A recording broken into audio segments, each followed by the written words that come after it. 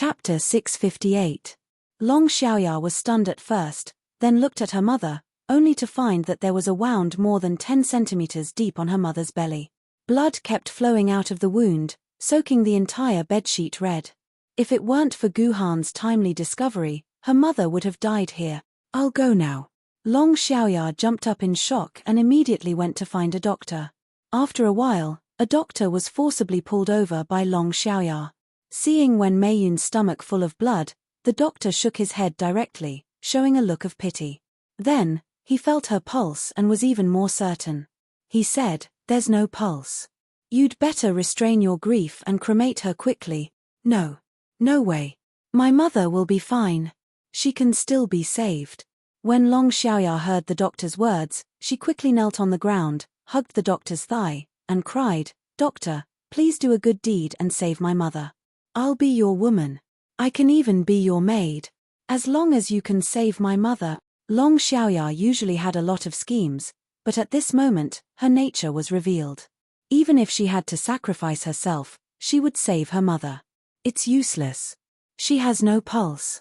I can't save her. Even if you die in front of me, it's useless. I'm really powerless," the doctor said helplessly. "That's not necessarily true." Guhan glanced at Wen Meiyun's wound and found that the organs in her abdomen had begun to show black marks, which meant that Wen Meiyun's organs had lost their activity. It was basically a death sentence for Wen Meiyun. However, Guhan knew that Wen Meiyun was dead at this time. Her organs have just lost their activity. The brain is the slowest to die of all the organs. Generally, after the organs die, her brain and soul can still exist for about 5 minutes. In other words, she can still be saved. "Doctor, save my mother. Save my mother." When Long Xiaoya heard what Guhan said, she immediately said excitedly and hugged even harder. "Sigh, even if that's the case, we're still just a shelter, not a hospital." The doctor was also very helpless. To save her from such an injury, we need advanced physical regeneration equipment. The patients here are all sent to us after being treated by the hospital. We only have some medicine here, we don't have those equipment at all. The nearest hospital is more than 10 minutes away. By the time you get there, her life will be gone. It's not that I don't want to save her, even I only have a nursing license. I don't have a medical license at all. I don't have the right to save her. You should just cremate her quickly. My condolences." How could this be? Long Xiaoya's body collapsed onto the ground like a puddle of mud. "Get up. Since that's the case, we can't waste any more time," Guhan suddenly said. Long Xiaoya quivered. Could it be that this person had a way to save her mother? Long Xiaoya stood up expectantly, only to see this person pull out a pitch-black sword from somewhere. In the blink of an eye, the sword in his hand fell, and Wen Meiyun's head was separated from her body. Murder. When the doctor saw this scene, he was so shocked that he sat on the ground. The people around him also looked at this scene in shock. Someone actually cut off a patient's head in public. Many people's mental endurance was not strong enough, and when they saw this scene, they directly fainted. "Mom." When Long Xiaoya saw her mother's head was cut off, her vision turned black, and she almost fainted. When Long Xiaoya regained some consciousness, she was about to fight Guhan with all her might, but she suddenly saw a coffin-like thing on the ground. Her mother's head had been moved into the coffin, and it was frozen solid by the ice, turning into an ice sculpture. "Follow me." Guhan lifted the coffin with one hand and walked out of the shelter. No one present dared to stop him. Long Xiaoya did not hesitate, and directly followed Guhan out. Therefore, the passers-by on the street saw a very strange scene. A person was carrying a coffin with one hand, and behind him was a little girl with a lot of blood on her body. "Sir, is this a medical pod?" Long Xiaoya was not like Lu Shihua. She was very concerned about the sword-bearers, so after her initial daze, she recognized that this was not a coffin, but a medical pod. In fact, Long Xiaoya had seen a medical pod once. "Yes." Guhan said yes, and did not say anything else. However, Long Xiaoya was completely relieved. Since he used a medical pod to freeze her mother's head, it meant that this person actually wanted to save her mother. Long Xiaoya had heard that medical technology was so advanced that it was terrifying. Even if it was just a head, as long as it was frozen in time, it could be saved and reconstructed. However, the cost of such treatment was as high as tens of millions of RMB. It was not something that ordinary people could afford. Only sword holders could enjoy such treatment. Because medical pods were not allowed to use the public transportation system, Guhan had to carry the medical pod for quite a long time before arriving at the hospital. In fact, on the way there, they passed by many hospitals, but Guhan knew that ordinary hospitals could not do something like reconstructing a body. Only a few big hospitals in Yuzhang City could do this. Yuzhang City Sword Bearer Second Hospital. It was such a hospital. As the name suggested, it was a hospital that specialized in treating sword bearers. Originally, when Mayun could not go to such a hospital for treatment, but she was the sword bearer's maid, and was considered to be within the scope of the rules. As long as the sword bearer insisted, the hospital would have time and would not reject a patient like Wen Mayun. Moreover, other than the special hospital for sword bearers, other hospitals could not rely on a head to reconstruct a body. "Sir, please come here." As soon as the doctor on duty saw someone coming with a medical pod, he greeted him enthusiastically.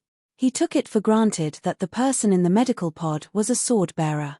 When the doctor saw that there was only a female head in the medical pod, he suddenly gasped. He knew that this was the most difficult situation. Prepare the second special medical pod immediately. It needs to be used in 10 minutes. The doctor on duty ordered through the hospital's internal system. The special medical pod was used to reconstruct a body, but for a body with only one head, only the first and second special medical pods could do it. How long did it take for this lady's heart to stop beating and her head to be frozen? The doctor on duty asked nervously. The longer the time, the lower the chance of survival. About 3 minutes. In fact, Guhan did not know when Mayun's heart stopped beating, so he made up a time. That's good. She can still be saved. The doctor on duty heaved a sigh of relief. If it had been more than 5 minutes, it would be a huge problem. They might not be able to save her. If it had been more than 10 minutes, she would be cremated. This was no longer a problem that could be solved by medical science. That's great. That's great. Long Xiaoya prayed to the heavens. She was on the verge of despair just now. Please tell me her name and the level of the sword bearer. We need to register it, the doctor on duty continued. Wen Mayun, the sword bearer's level is not available. She's a normal person. Guhan answered cleanly. Normal. The doctor on duty's hand trembled, and his expression changed. Did you not see the hospital's sign? This is the second sword bearer hospital. We treat sword bearers and adults. Please send a normal person to the people's hospital. We don't accept them here. Can the people's hospital restore her limbs? Guhan glared at the doctor. This patient will be treated here. Why are you like this? Are you still a doctor? Weren't you very enthusiastic just now? Why can't my mother be saved if she's not a sword bearer? Is she not a human? When Long Xiaoya heard that the doctor wasn't willing to save her, she immediately cried. This lady should be a sword bearer. The doctor wasn't someone who didn't know how to read people. Although he was very unhappy, he still tried to be as polite as possible. Sir, I don't know who she is to you. If it's a normal illness, it's fine. Our hospital didn't say anything and immediately treated her. But sir, this patient needs her whole body to be reborn. This requires 10 units of soul solution, which is too precious. Our hospital has a clear rule that if it's not the sword bearer, no treatment is allowed. Even if it's a spiritual sword-level sword bearer's relative, we can't save her. Last time, the wife of the eagle cat sword spirit was the same, but we still refused according to the rules. Even if the eagle cat sword spirit knelt in front of us, it was useless. In the end, the eagle cat sword spirit could only leave with tears in his eyes. We really can't break the rules, the doctor said very sincerely. In fact, there was only one core meaning. We can't even treat the wife of the eagle cat sword spirit.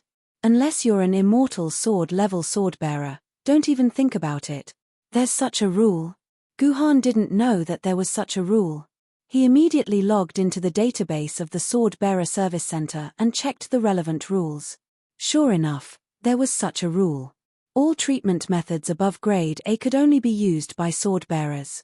Ordinary people couldn't use it. The reason was simple. This would consume a lot of precious materials. These materials couldn't be wasted on ordinary people. They had to be used by sword bearers. Even immortal sword bearers were no exception. Of course, this was just a rule. With Guhan's identity as the Sword Tower Master, the hospital couldn't refuse if he forced the hospital to treat him. However, if he did that, the whole rule would be broken. In the future, there would be people who would use the story of the military governor as an example and force the hospital to treat their ordinary relatives. In this way, wouldn't some sword bearers lose their chance of survival? I understand. Guhan sighed and waved at the doctor.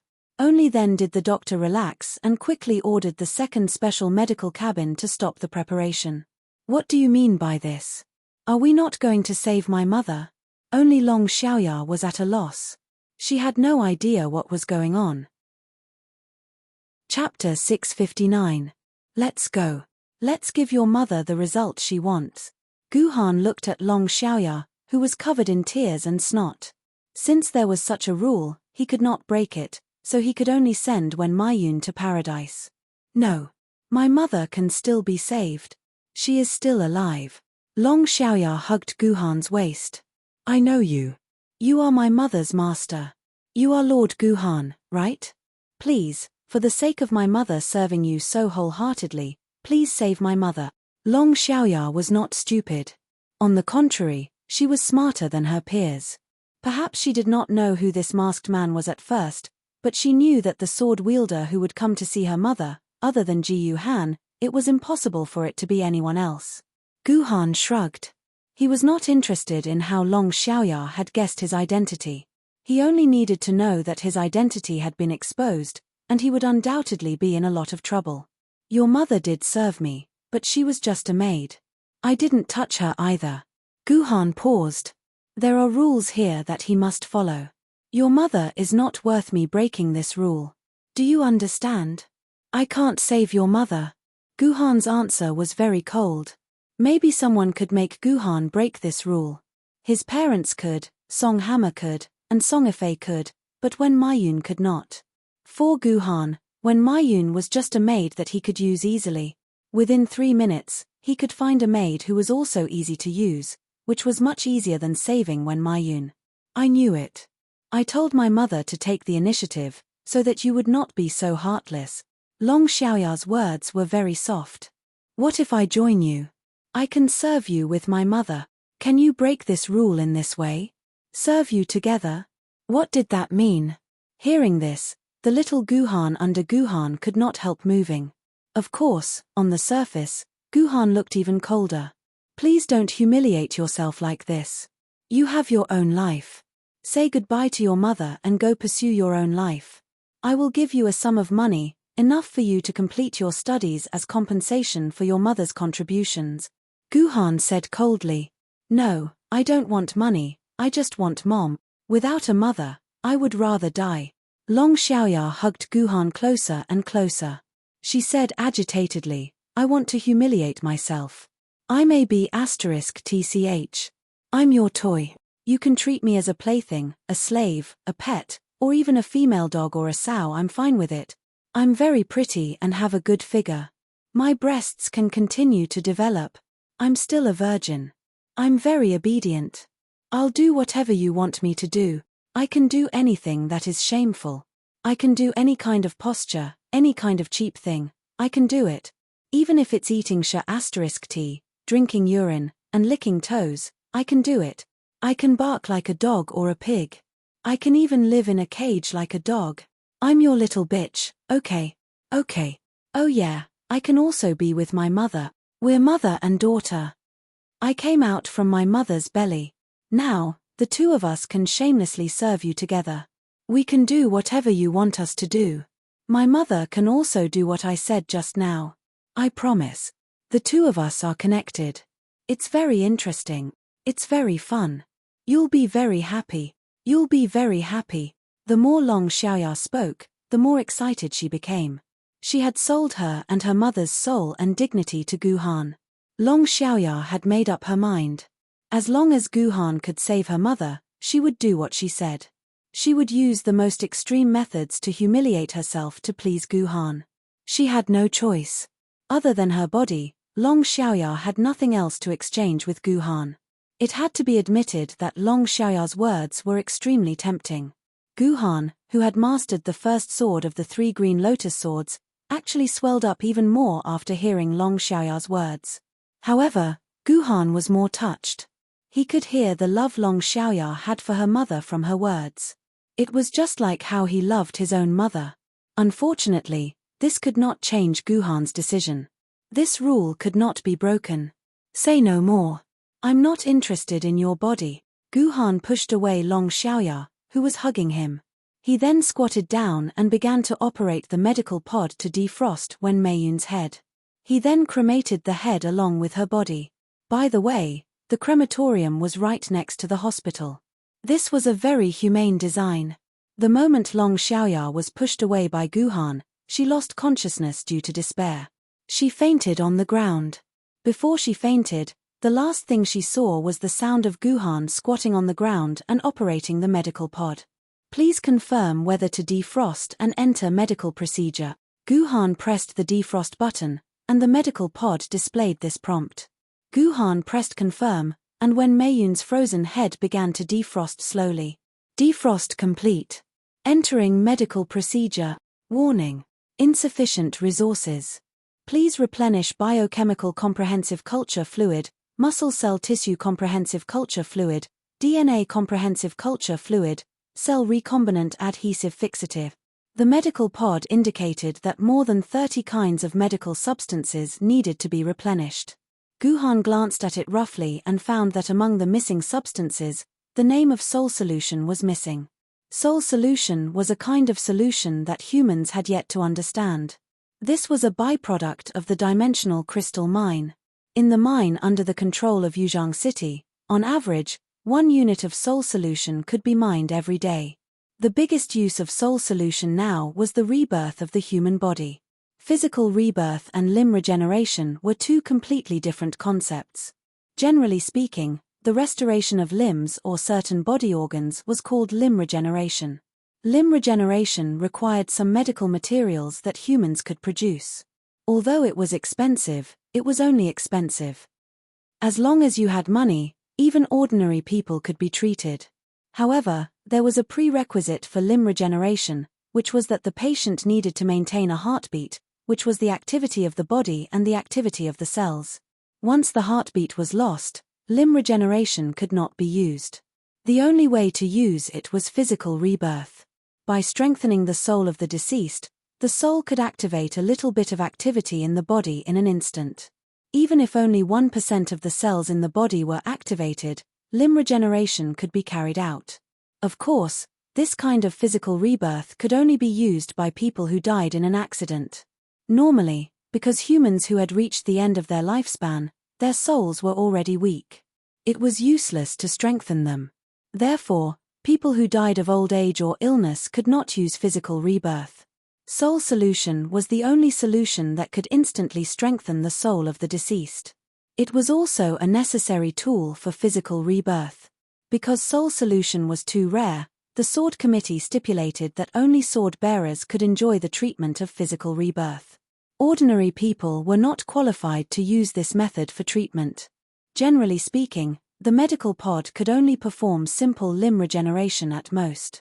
It could not even perform more complex limb regeneration, let alone the more complex physical rebirth. However, this medical pod showed that when Meiyun had entered the state of treatment, and it also listed the medical resources that were missing. This was something unbelievable. Either the medical bay was broken, or the medical bay was different from the others. Guhan knew that this was a medical pod used by sword immortals. It was different from ordinary medical pods. Could it be that sword immortals' medical pods could perform a treatment as complex as physical rebirth? Guhan had some doubts, and the best way to verify his suspicions was to try. Guhan looked again and found that there was indeed no such precious thing as soul solution in the list of missing resources. It needed some medical resources that were not expensive. Fortunately, this was a hospital. As long as one had money, one could buy these resources. Therefore, Guhan went to the hospital's pharmacy and requested to buy these medical resources. These medical resources were also commonly used by ordinary medical pods. Many sword-bearers often came to the hospital to buy resources to replenish their own medical pods. Therefore, these resources were not expensive. All the resources that Guhan needed added up to only 300,000 yuan. It was not even comparable to the cost of a meal at Chanel Pork Restaurant today. Thinking of his possible future needs, Ji Yuhan thought of the principle of being prepared. Other than the amount that he needed to replenish, Ji Yuhan spent more than 5 million RMB to purchase additional resources. These resources were enough for Ji Yuhan to regrow his limbs more than 10 to 20 times. By the way, after buying these resources, Guhan's account was empty again.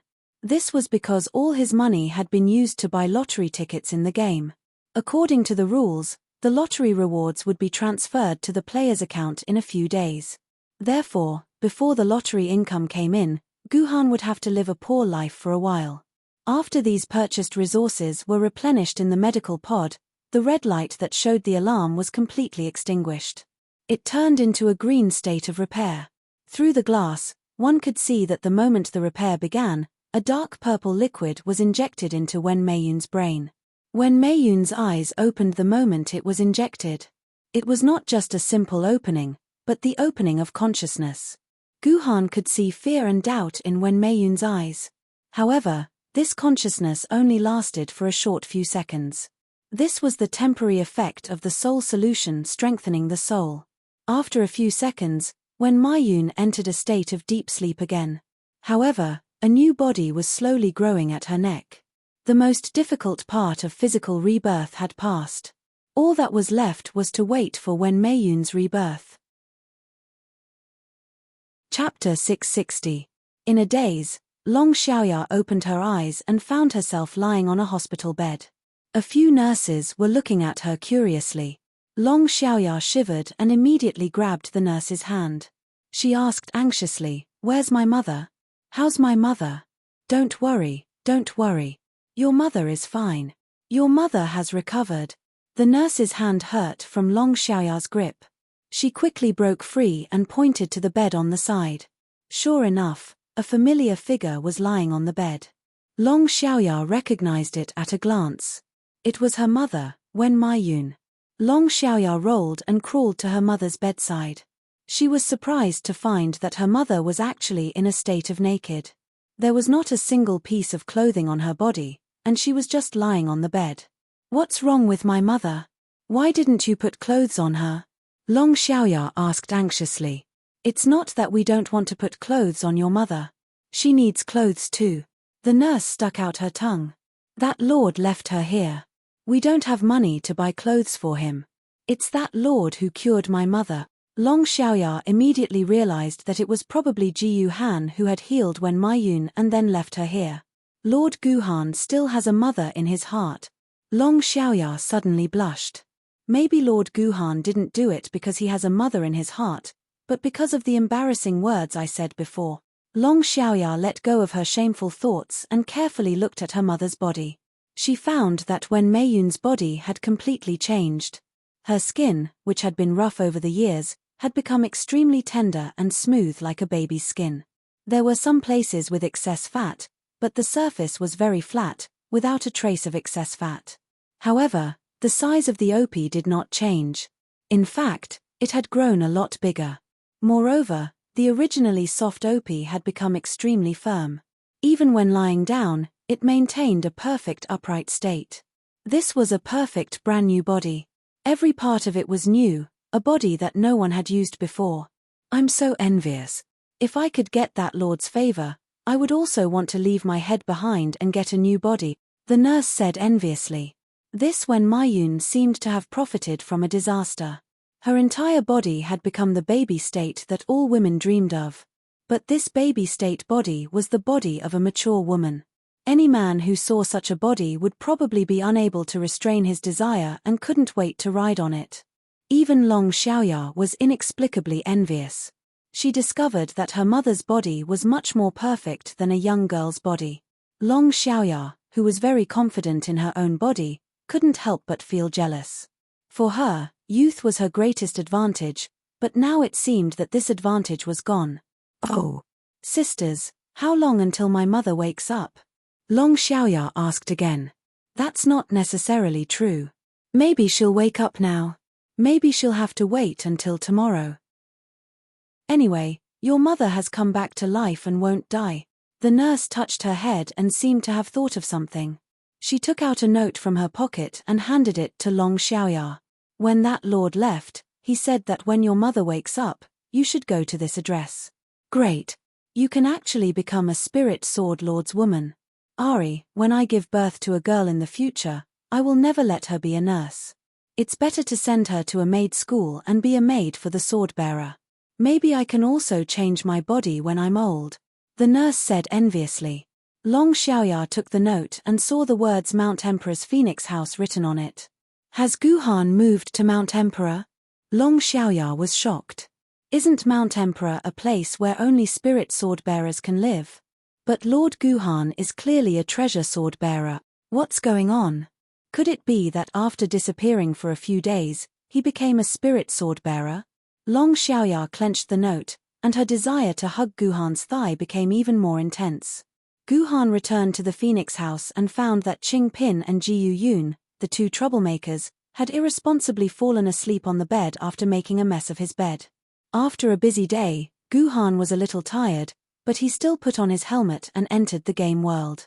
King Yu was still lying on the bed at this time. Seeing that Guhan was online again, he said angrily, "You still know to come back." "I'm tired."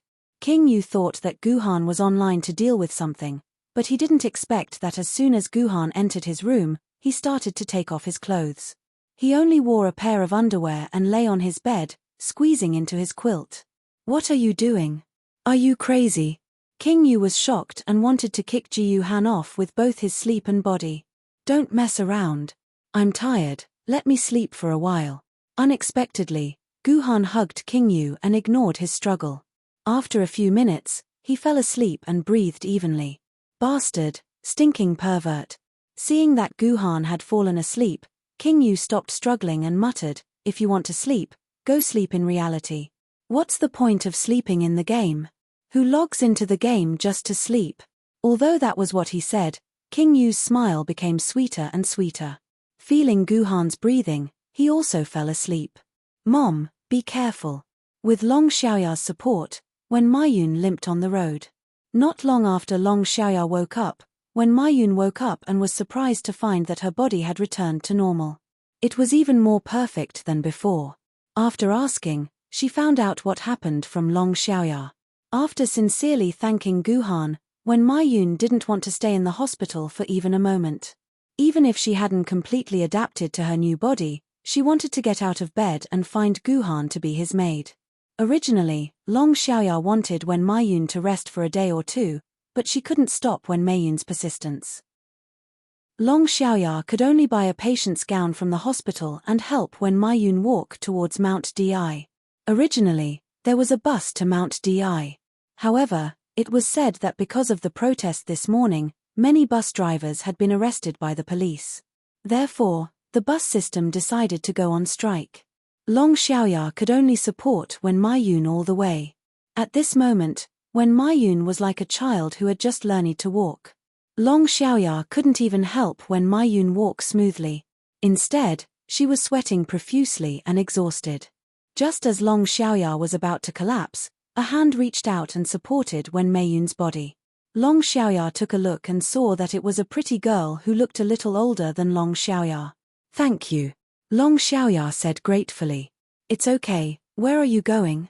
"Let me help you there," the girl said enthusiastically. She was carrying a super big bag filled with all kinds of clothes on her back, as if she was going to move. "Xiaoya, don't bother this girl." When Maiyun didn't want to bother others, but Long Xiaoya didn't think so. How could she not use a good person who came to her door? So Long Xiaoya said hurriedly, "We are going to Mount Di. You don't need to care about us. Just do your own thing." "What a coincidence, I also want to go to Mount Di. It's on the way." The girl said sincerely, "What a coincidence, I also helped a patient like your mother this morning. They both have bad legs. Therefore, this girl supported Wen Maiyun all the way to Mount Di.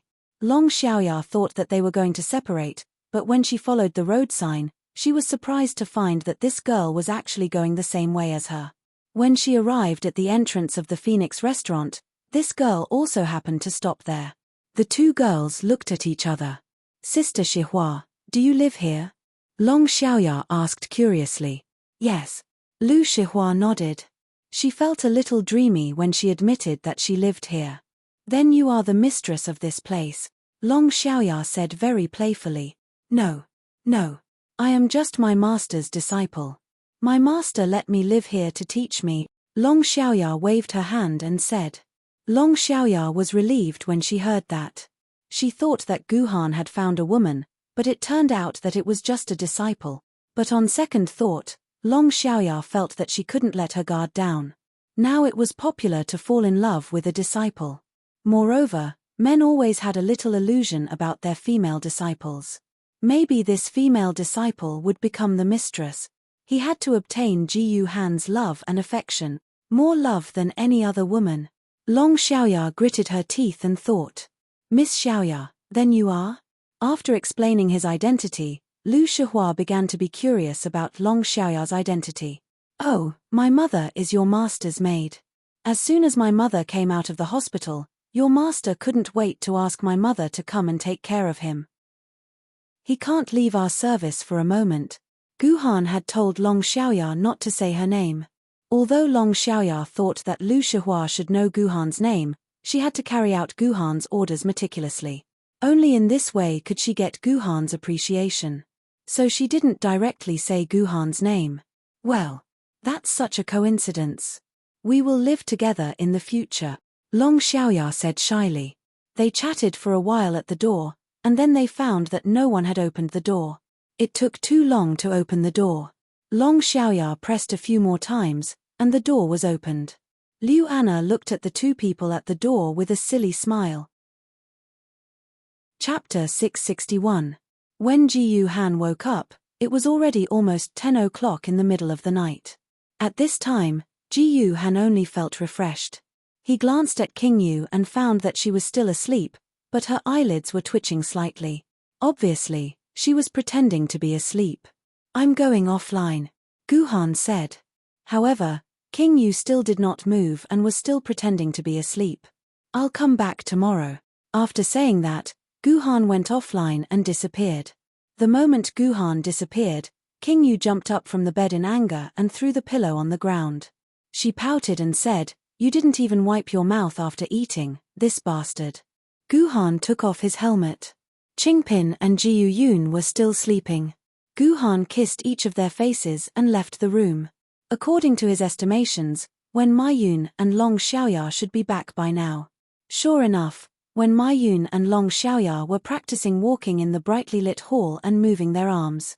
Lu Shihua looked at the dozens of light bulbs that were constantly emitting dazzling light with a face full of worry. How much electricity did this consume? In the past, this hour of electricity was enough for the siblings' expenses for a day. From the moment she entered the house, Wen Maiyun had already practiced walking for almost 7 hours. At the beginning, she needed 2 people to support her, but now, she could touch some furniture and walk by herself. Her arm could also be used half normally. It could be said that she had recovered half of her mobility. This was all thanks to Wen Maiyun's hard work. Furthermore, she had refused anyone's help. If not for the soft carpet on the floor of the living room, she would have been injured all over. Master. Seeing Guhan appear on the stairs, Wen Maiyun, who was practicing walking, suddenly knelt on the ground. Because she was too anxious, she lost her balance and became like a dog crawling. Half of her hospital gown was lifted up, revealing her snow-white skin like that of a baby. This skin made Guhan somewhat moved. Little Guhan couldn't help but start to become active. Lord. Long Xiaoya immediately followed her mother's steps and knelt in front of Guhan. She lowered her head deeply and did not dare to raise it. Lu Shihua looked at this scene in shock. She looked at Wen Maiyun and her daughter, and then looked at Guhan, who was high up in the air. She could not understand why 2 such beautiful people would suddenly kneel in front of Guhan. Isn't it a harmonious society now? Wasn't such an unequal thing as kneeling already abolished before the great calamity? Why did they have to kneel in front of Guhan? Do I have to kneel in front of him? With that in mind, Lu Shihua took a deep breath, stood up, bent his knees, and prepared to kneel down as well. After spending so much time together, she had already become friends with Wen Maiyun and her mother. She couldn't watch her friend kneel while she remained indifferent. Shihua, what are you doing? In a flash, Guhan's figure appeared in front of Lu Shihua. Before Lu Shihua's legs could touch the carpet, Guhan grabbed him and helped him up. I'm kneeling in front of you. Isn't this the etiquette of your family? Lu Shihua said with her head lowered. You are my disciple, a sword wielder. You don't have to do this kind of thing, Guhan said indifferently. In other words, it's natural for Sister Wen to kneel. Lu Shihua bit her lip. I'm not a sword wielder yet. I'm just an ordinary person now. I have to kneel in front of you. Sister Lu, don't say any more. My mother is Master's maid. It's natural for a maid to kneel in front of Master. Moreover, Master saved my mother's life. It's natural for us to kneel in front of Master. You are Master's disciple. You can't be like us. Aren't we friends? Lu Shihua turned around and looked at Long Xiaoya. We're not worthy. Long Xiaoya lowered her head and said softly. Ridiculous. This world is too ridiculous. It's too scary. Lu Shihua swung her hand and quickly left the living room. She ran into her room. Her worldview was being destroyed. Guhan looked at Lu Shihua's disappearing figure and sighed. Lu Shihua obviously grew up in a slum. She should have seen the fickleness of the world. How could she be so naive sometimes? You guys get up too. Sit. Guhan ordered. However, Wen Maiyun was still kneeling on the ground and refused to get up. If you guys don't get up, I'll chase you out and get a new maid, Guhan said faintly. Only then did Wen Maiyun climb up with the help of Long Xiaoya. She sat opposite Guhan. She didn't dare to sit firmly and only put half of her butt on the sofa. Maiyun, you know me well. My family doesn't like these things. It's still the same in the past. I saved your life because I want to use you. You're my maid. You give, and I give back. It's that simple. Do you understand? Yes. Wen Maiyun replied in a low voice. All right, from now on, you'll be responsible for the housework of the entire family. The space here is a little big, so you'll have to work a little harder. By the way, you probably haven't adapted to your new body yet. You should try your best to adapt to your new body in the next few days. It won't be too late to act when you can move freely. Guhan quickly finished speaking and was about to get up and leave. Master, don't go yet. Maiyun has one more thing to beg of Master. When Maiyun suddenly knelt in front of Guhan. What is it? Guhan frowned. Master, the space here is so big. I can't clean it all by myself. When Maiyun said while biting her lips. So, are you planning to let me help you? Guhan was a little unhappy. Could it be that this Wen Maiyun was planning to take a mile after taking an inch? No, Wen Maiyun doesn't dare to have such thoughts. Maiyun only wants to find a helper for herself. Master is already a sword wielder of the sword level and can have 2 maids. Maiyun dares to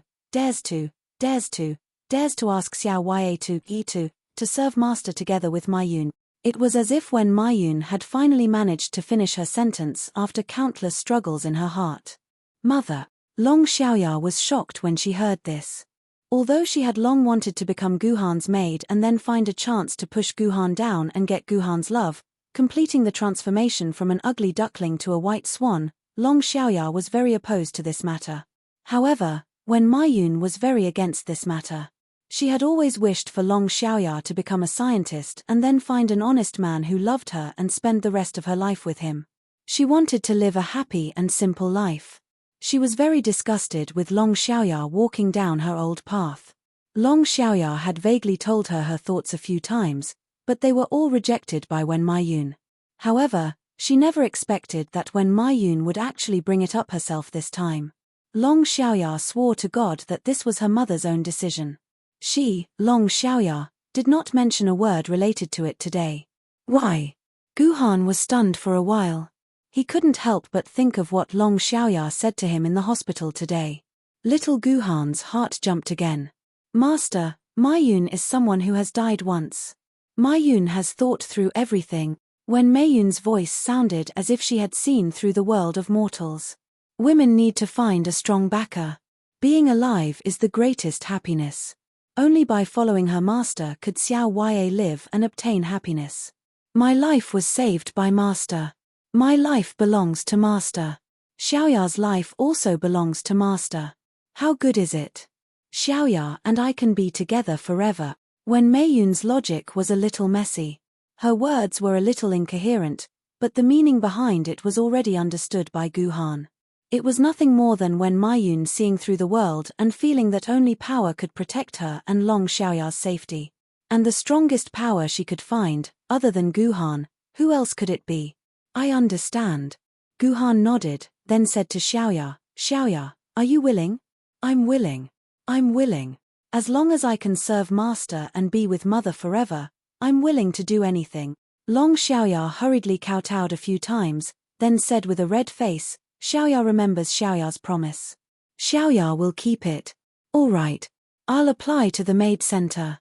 Xiaoya, from now on, you're my maid. There were 2 ways to become a maid. One was to go through the maid school to train, then the swordbearer would go to the maid center to choose and sign a contract. The second way was to find a woman who was willing to be their maid. Then, under the condition that both parties were willing, they would sign a maid contract. The maid center was in charge of the former method and the latter method was also in charge of the maid center. Thank you, master. Thank you, master. Long Xiaoya's wish suddenly came true. She immediately kowtowed to Guhan excitedly. No need to kowtow. I don't like these things. Just do your work with peace of mind. As long as you take care of the family, I will guarantee your safety. As long as you are my, Guhan's, people, I will protect you to the best of my ability. Guhan waved his hand. I've already submitted my application. Tomorrow, you can go to the maid center to confirm it and then sign the contract. Yes, master. Long Xiaoya and Wen Mayun kowtowed in unison. Forget it, I'm going to take a shower. Your room is the first room on the 3rd floor. You and your daughter can use one room. Rest early. You've been tired for the whole day. After Guhan finished speaking, he walked to the bathroom on the top floor. Mother, I'll help you to your room to rest. Long Xiaoya stood up to help Wen Mayun up, but when Mayun patted Long Xiaoya's hand, she hesitated for a while and said, Mother can go. You go and serve master. Serve, a master? Long Xiaoya was a little confused. What did that mean? Sigh, you stupid child. Why are you still a maid? As a maid, the most basic thing is to serve the master. Now that the master wants to take a shower, the maid has to serve him. But I can't move my hands and feet now. Otherwise, I wouldn't let a clumsy child like you go over. From tomorrow onwards, you have to learn the basic knowledge of a maid from me. Since you've become master's maid, these are the things that you have to learn. Yes, mother. Long Xiaoya's heart was perturbed. But mother, if master wants me to do that, what should I do? When Mayun was stunned for a moment. In the end, she touched Long Xiaoya's face. Serve master well. Master's words are the truth. Understand? Chapter 662. The bathing pool on the top floor was the most outstanding design in the entire Phoenix Tower. Especially when the mobile metal cover on the top floor was opened, and the bright moon above his head could be seen clearly through the glass. All of this seemed especially beautiful. Accompanied by the bright moonlight, Guhan's body and mind relaxed as he immersed himself in the temperature-controlled bathing pool. It was as if many things did not exist. Just as Guhan was enjoying the moonlight, a slight sound of footsteps attracted Guhan's attention. Although the owner of the footsteps tried to tiptoe, it still could not escape Guhan's ears. Didn't I tell you to go and rest? Don't you understand my orders? Long Xiaoya? Guhan's stern rebuke made Long Xiaoya shiver uncontrollably. She was so scared that she knelt down again and said intermittently, Mom said that it's the maidservant's responsibility to serve the master when he takes a bath. Mom was the one who asked Xiaoya to serve the master. You're not my maidservant yet. When the contract is signed tomorrow, you will be my maidservant. You don't need to do this kind of thing now. Get out. Gu Han ordered. Long Xiaoya had no choice but to get up and leave. However, when Ji Yuhan entered the water just now, there was a splash. These splashes were scattered on the ground on both sides. Long Xiaoya was originally barefoot, and when she stood up, she was a little absent-minded. Naturally, her feet slipped, and then her whole body fell into the water. Long Xiaoya fell head first into the water. As soon as she entered the water, she drank 2 mouthfuls of water. Immediately, she felt that her whole body was about to suffocate. She shouted for help twice, and her head became a little dizzy. She began to sink to the bottom of the water. If no one saved her, she might become the only maidservant who drowned in the bathroom water. At this critical moment, an arm wrapped around Long Xiaoya's armpit and dragged her out of the water. Hugging someone under the armpit, his arm would naturally press on the OP, although Gu Han was no longer a virgin in the game and in reality. However, Gu Han had not figured out who the woman was in reality. In the game, Gu Han's behavior was mostly forced by his desire. He only wanted to quickly enter the hole, shoot, and then nothing else. Gu Han had never carefully felt a woman's OP. At this moment, Long Xiaoya's OP was the first woman Gu Han could truly feel. It was a great feeling, and it made Gu Han suddenly have an urge to not let go. Long Xiaoya, who was half asleep, suddenly felt someone slap her on the back. Immediately, a force surged into her back and poured into her heart and lungs. The pressure caused the water in her lungs to spurt out of her mouth and nostrils, just like a water gun. The water that poured into her lungs was swept away, and Long Xiaoya gradually regained consciousness. She found that she was being held in a strong chest, and their bodies were pressed against each other. It was the most intimate state, and one of his hands was covering her OP. Long Xiaoya didn't even think about it. She used her own hand to grab Gu Han's hand, so that he could better feel her body and soft flesh. Long Xiaoya, who had just taken a mouthful of milk, was chased to sleep. Gu Han, who completely felt the benefits of being a woman, felt the gentle wash of water on his body. Since he had nothing to do, Gu Han accessed the management system of Yuzhang City through his personal terminal. He was ready to look up some information about Mount Di and make some preparations for his future plans. Suddenly, Gu Han found an abnormal signal in the monitoring system. It was a yellow signal, which represented a slight anomaly. When someone passed by some remote places in the middle of the night, it would produce such an abnormal signal. Therefore, most of the yellow abnormal signals were ignored. But this time, it aroused Gu Han's curiosity. He immediately used his mind to look up the monitoring system, and soon tracked 2 figures. A man was holding a woman, and they were moving quickly in Mount Di like galloping horses. And looking at the direction they were running, it was clear that they were heading for the Phoenix Tower. With a thought from Gu Han, all the lights in the Phoenix Tower were extinguished. Gu Han himself dove into the water, and at the same time, he used the 9 swords of mysterious heaven to conceal his breath. Under the surveillance of Gu Han, the 2 figures stopped on the roof of his tower after running for a while. Then, they gently pushed the window, intending to sneak into the Phoenix Tower through the window. Strange, it usually opens with a push. Why can't I open it today? Even through a soundproof window, Gu Han could still hear the man's voice outside the window. Ji Yuhan's mind moved, the lock on the window was released, and in the next second, it was pulled open by someone.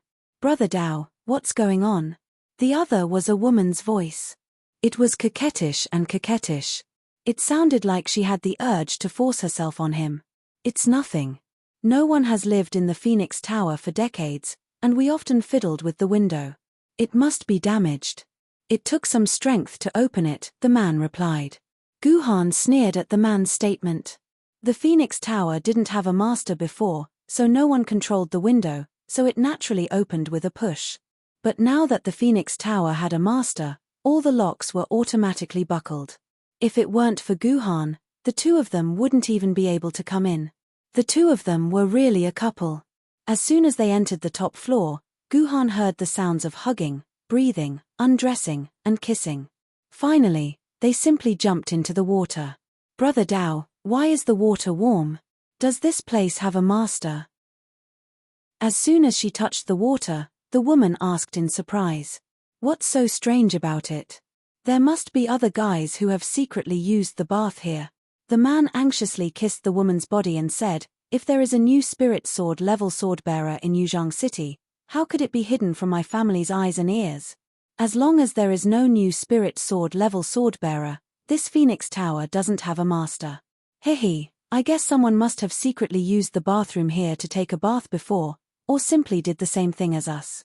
There's nothing strange about it. Last time, I met a pair of wild mandarin ducks in the white crane embrace, the man said excitedly. Then, could these two people still be in the bath? I'm a little scared. The woman said. That won't happen, my sword Maiden is right beside me. I've already used her skill to scout the area. There's no one in the entire pool. My dear sister, I'm going in. What followed was the mating process between the adulterous couple. Jiyu Han was not interested in watching them, but he was also burning with lust. It was not easy for him to move in the water, so he could only listen to their continuous panting and splashing of water. Fortunately, the man's ability wasn't high. After 5 or 6 minutes, he surrendered. After the man and woman gasped for a while, they began to gossip. This gossip made Guhan feel lucky that he let them in. Otherwise, he would have missed out on important information. He heard the man and woman whisper sweet nothings for a while, and then the woman said with a sobbing tone, Brother Dao, when is your tigress going to divorce you? I don't want to live this kind of sneaky life anymore. Good sister, listen to me. I don't want to live with that tigress anymore, but I have no choice. Our family wants to cooperate with that tigress family. Before the cooperation is completed, I can't mention the divorce. Otherwise, my father will beat me to death. The man said sincerely, but Guhan knew that these were all lies. This man and this woman were just playing. He didn't have any thoughts of divorce at all. However, the woman didn't know this. She asked coquettishly, what is it that requires your two families to cooperate? Aren't your two families the super existence in Yuzhang City? What else needs your two families to work together to solve? That's true for the most part, but that old man Liu Lei, our two families can't deal with him. The man suddenly lowered his voice and whispered to the woman, let me tell you, these are our two families' secrets. Don't tell anyone else. I promise. I won't say a word. The woman's natural gossiping soul was seduced. Once it was seduced, she couldn't control herself and would agree to anything. As for whether they could keep it a secret or not, only God knew. It's like this. In order to dictate the entire Yuzhang City, Liu Lei is not satisfied with being the chairman of the sword committee. He actually let his disciple, who is at the sword level, become the sword pavilion master. Don't you think this is too much? The man's tone was resentful, but more than that, he was jealous. The sword pavilion master of the sword pavilion. The woman covered her mouth when she heard this. How is that possible? A sword-level cultivator can become the sword pavilion master? That's why this Liu Lei is too much. So my father, Tigress father, and the elders of the other two families discussed that we must get rid of that sword-level guy. Either the chairman of the sword committee or the sword pavilion master. Either way, one of these two positions must be given to us. But Liu Lei is a sword immortal level sword wielder, the last sword immortal level sword wielder in Yuzhang City. If you guys do this and Liu Lei quits, what will happen if he encounters such a terrifying attack again?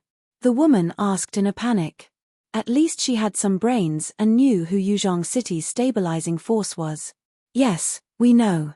That's why we can't go against Liu Lei openly. We must use underhanded methods to get rid of that Guhan. The man then explained how he planned to use the beheading incident to ruin Guhan's reputation. It turned out that they were the masterminds behind the entire incident. But I heard that Guhan has disappeared. He might already be dead. You guys made such a big fuss, but it might all be a waste of effort, the woman said doubtfully. No, that Guhan is not dead. You don't know this, but this Guhan is actually the famous military governor in the game. He just got lucky in the 8-city sword conference and actually defeated a sword immortal level sword wielder. How could he be dead? He must be hiding somewhere in Yuzhang City, plotting against us with Liu Lei. The man did not know that Guhan was not hiding anywhere else, but in the water less than 10 meters away from him. Chapter 663. I don't think your plan is brilliant. As long as Guhan doesn't come out, it will be fine. This matter will only be heated up for a few months. Once it's over, it will be forgotten. The woman was quite knowledgeable. She immediately pointed out the crux of the problem. She was right. As long as Guhan kept hiding, this matter would be forgotten. This was also Guhan and Liu Lei's plan.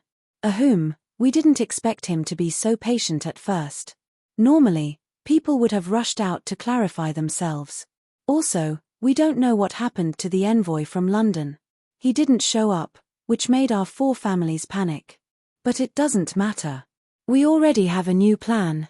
This time, even if Guhan doesn't show up, we can force him to show up, the man said. How? The woman asked curiously. Well, this is an absolute secret. I can't tell others, but I like you so much, so I don't mind telling you. The man kissed the woman's face. Isn't his heavenly sword still in the hands of a great sword forger? That blacksmith was nurtured by our clan. As long as we bring the heavenly sword over and trap him, I don't believe that he'll be able to hide in a corner and not come out. It's either the heavenly sword or his position as the sword pavilion master. He'll have to choose. Hearing the man's words, Guhan frowned. He didn't expect them to target the heavenly sword. They wanted to use it to force him to come out. Although he knew their plan, he didn't have a way to deal with it. The heavenly sword was still being repaired, which meant that it was in the hands of a great sword forger. Once the sword lady started to repair it, it was best not to change the great sword forger. Otherwise, all the previous efforts would be wasted. Moreover, the sword lady might be damaged.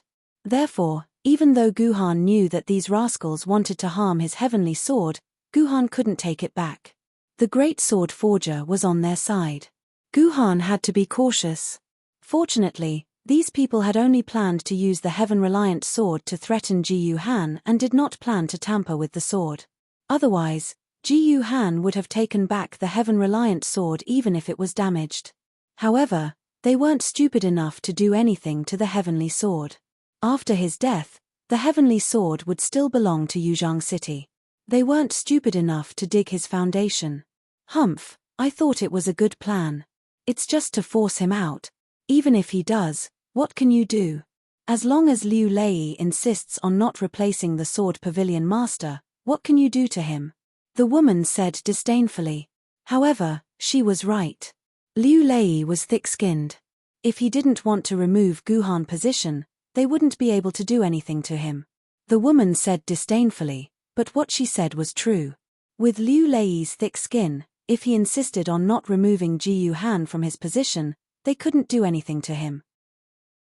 As the woman said, would the people of Mount Di dare to rebel? Since the ancient time, no Di Shan in any city had ever rebelled.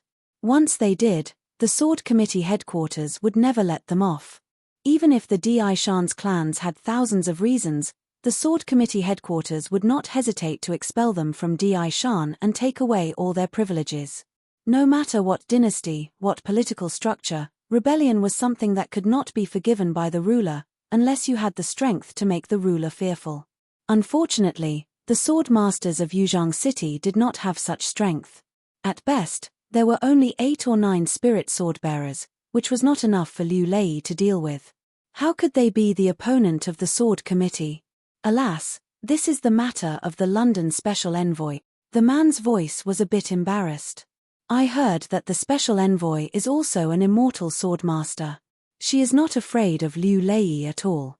More importantly, she represents Longsha Jendi. As long as Longsha Jendi says so, the Sword Committee will immediately convene a standing committee meeting to dismiss Guhan. Even if Liu Lei doesn't want to, he has to agree. Otherwise, Longsha Jendi and Haotian Jendi won't let him go. He can only agree. But the special envoy hasn't shown up yet. The previous plan has been ruined. We can only think of another way, the man said in annoyance. Oh, what's your plan now? This woman was really Ji Yuhan's best partner. The questions that Ji Yuhan wanted to know, this woman asked all of them one by one. Let me ask you, do you know what impeachment of the emperor's bloodline is? The man suddenly said a word that even Guhan hadn't heard before. Impeachment of the emperor's bloodline? What is that? The woman was really confused. She didn't know what it was. Hehe, this is something unique to Yuzhang City. We only learned about it a few days ago. When Zetian Jendi founded Yuzhang City, he made an agreement with the Yuzhang Sword Committee. If their actions don't conform to the fundamental interests of Yuzhang City, then Zetian Jendi's family has the right to impeach the Sword Committee. The impeachment needs to be led by Zetian family. More than half of the emperor's sword families in Yuzhang City have signed the impeachment. Once the impeachment begins, the entire Sword Committee, including the Sword Pavilion, will be suspended. Then, according to the motion proposed by Zetian family, a referendum will be held. Once more than half of the citizens agree with the motion will be carried out. The Sword Committee can't stop it, the man said proudly. Oh my God, there's such a thing. We didn't know about it. The woman said in surprise. Ari, we didn't know either. If it wasn't for the leader of Zetian family bringing his family documents to my grandpa, I wouldn't have known about this either. This Zetian family has been trash for hundreds of years. Now it seems like they still have some use. The man laughed. Zetian family? Did they bring it up? Have they also joined your faction? With Zetian family joining, your chances of winning will be much higher. The woman was even more surprised. TCH. Who cared about the trash from the heaven-shrouding family? Up until now, they only had an ancient sword rank swordsman and a treasured sword rank swordsman. Oh, it was said that the treasured sword rank swordsman had already become a famous sword rank swordsman. But they're still trash. They're just decorations on Mount Emperor. We can't even be bothered to look at these trash. This time, we didn't even want to bring them along. They actually shamelessly came to find us. It's good that they came. Otherwise, we really wouldn't be able to do anything to Guhan. Papa also has its uses. Indeed, in the eyes of Mount Emperor's Sword Emperor family, the Shitian family couldn't even compare to a pile of shit. No wonder Yi Wenjun was trying so hard to change the situation. Do you know how ridiculous that Shitian family is? This time, they brought the documents to find us so that they can leave their names on the impeachment case. Then, when the Sword Emperor family gathers next year, they can sit at the main table in the main hall. The man said as he laughed. He laughed so hard that tears flowed out of his eyes. These guys, after sitting in the corner for 200 years, they still have this little bit of self-respect left. Yi Qing really deserves it. If I were Yi Qing, I would have strangled these trash descendants to death. That way, they wouldn't be living in this world as a disgrace. Ha ha ha. This is too interesting. Too interesting. Pa. The man and woman suddenly heard a strange sound. The woman was startled. Brother Dao, what happened? I don't know. Maybe it's a mouse. Brother Dao said uncertainly. Brother Dao, I'm scared. Let's go. I also want to go home, the woman said timidly. Okay, let's go. The man had already finished enjoying himself. He couldn't wait to leave. If they stayed too late, who knew what the tigress in the house would do? The two people put on their clothes and jumped out from the place where they came in. After a while, Guhan stood out from the bath with an ashen face. He clenched his fists tightly. If he wasn't rational enough, he would have already jumped out and beaten the two people up. Guhan was very angry. However, he wasn't angry because of his situation. He was angry because of Zetian family and Yi Qing. To put it bluntly, everything that Guhan had now was left to Guhan by Yi Qing. Guhan had received a huge favor from Yi Qing. But now, Yi Qing's descendants had fallen to such a state.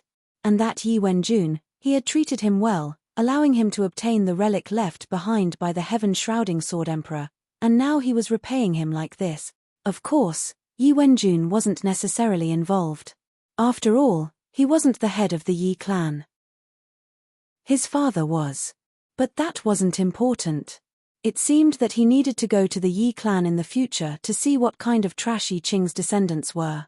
He needed to help Yi Qing educate her descendants so that they wouldn't be trash forever.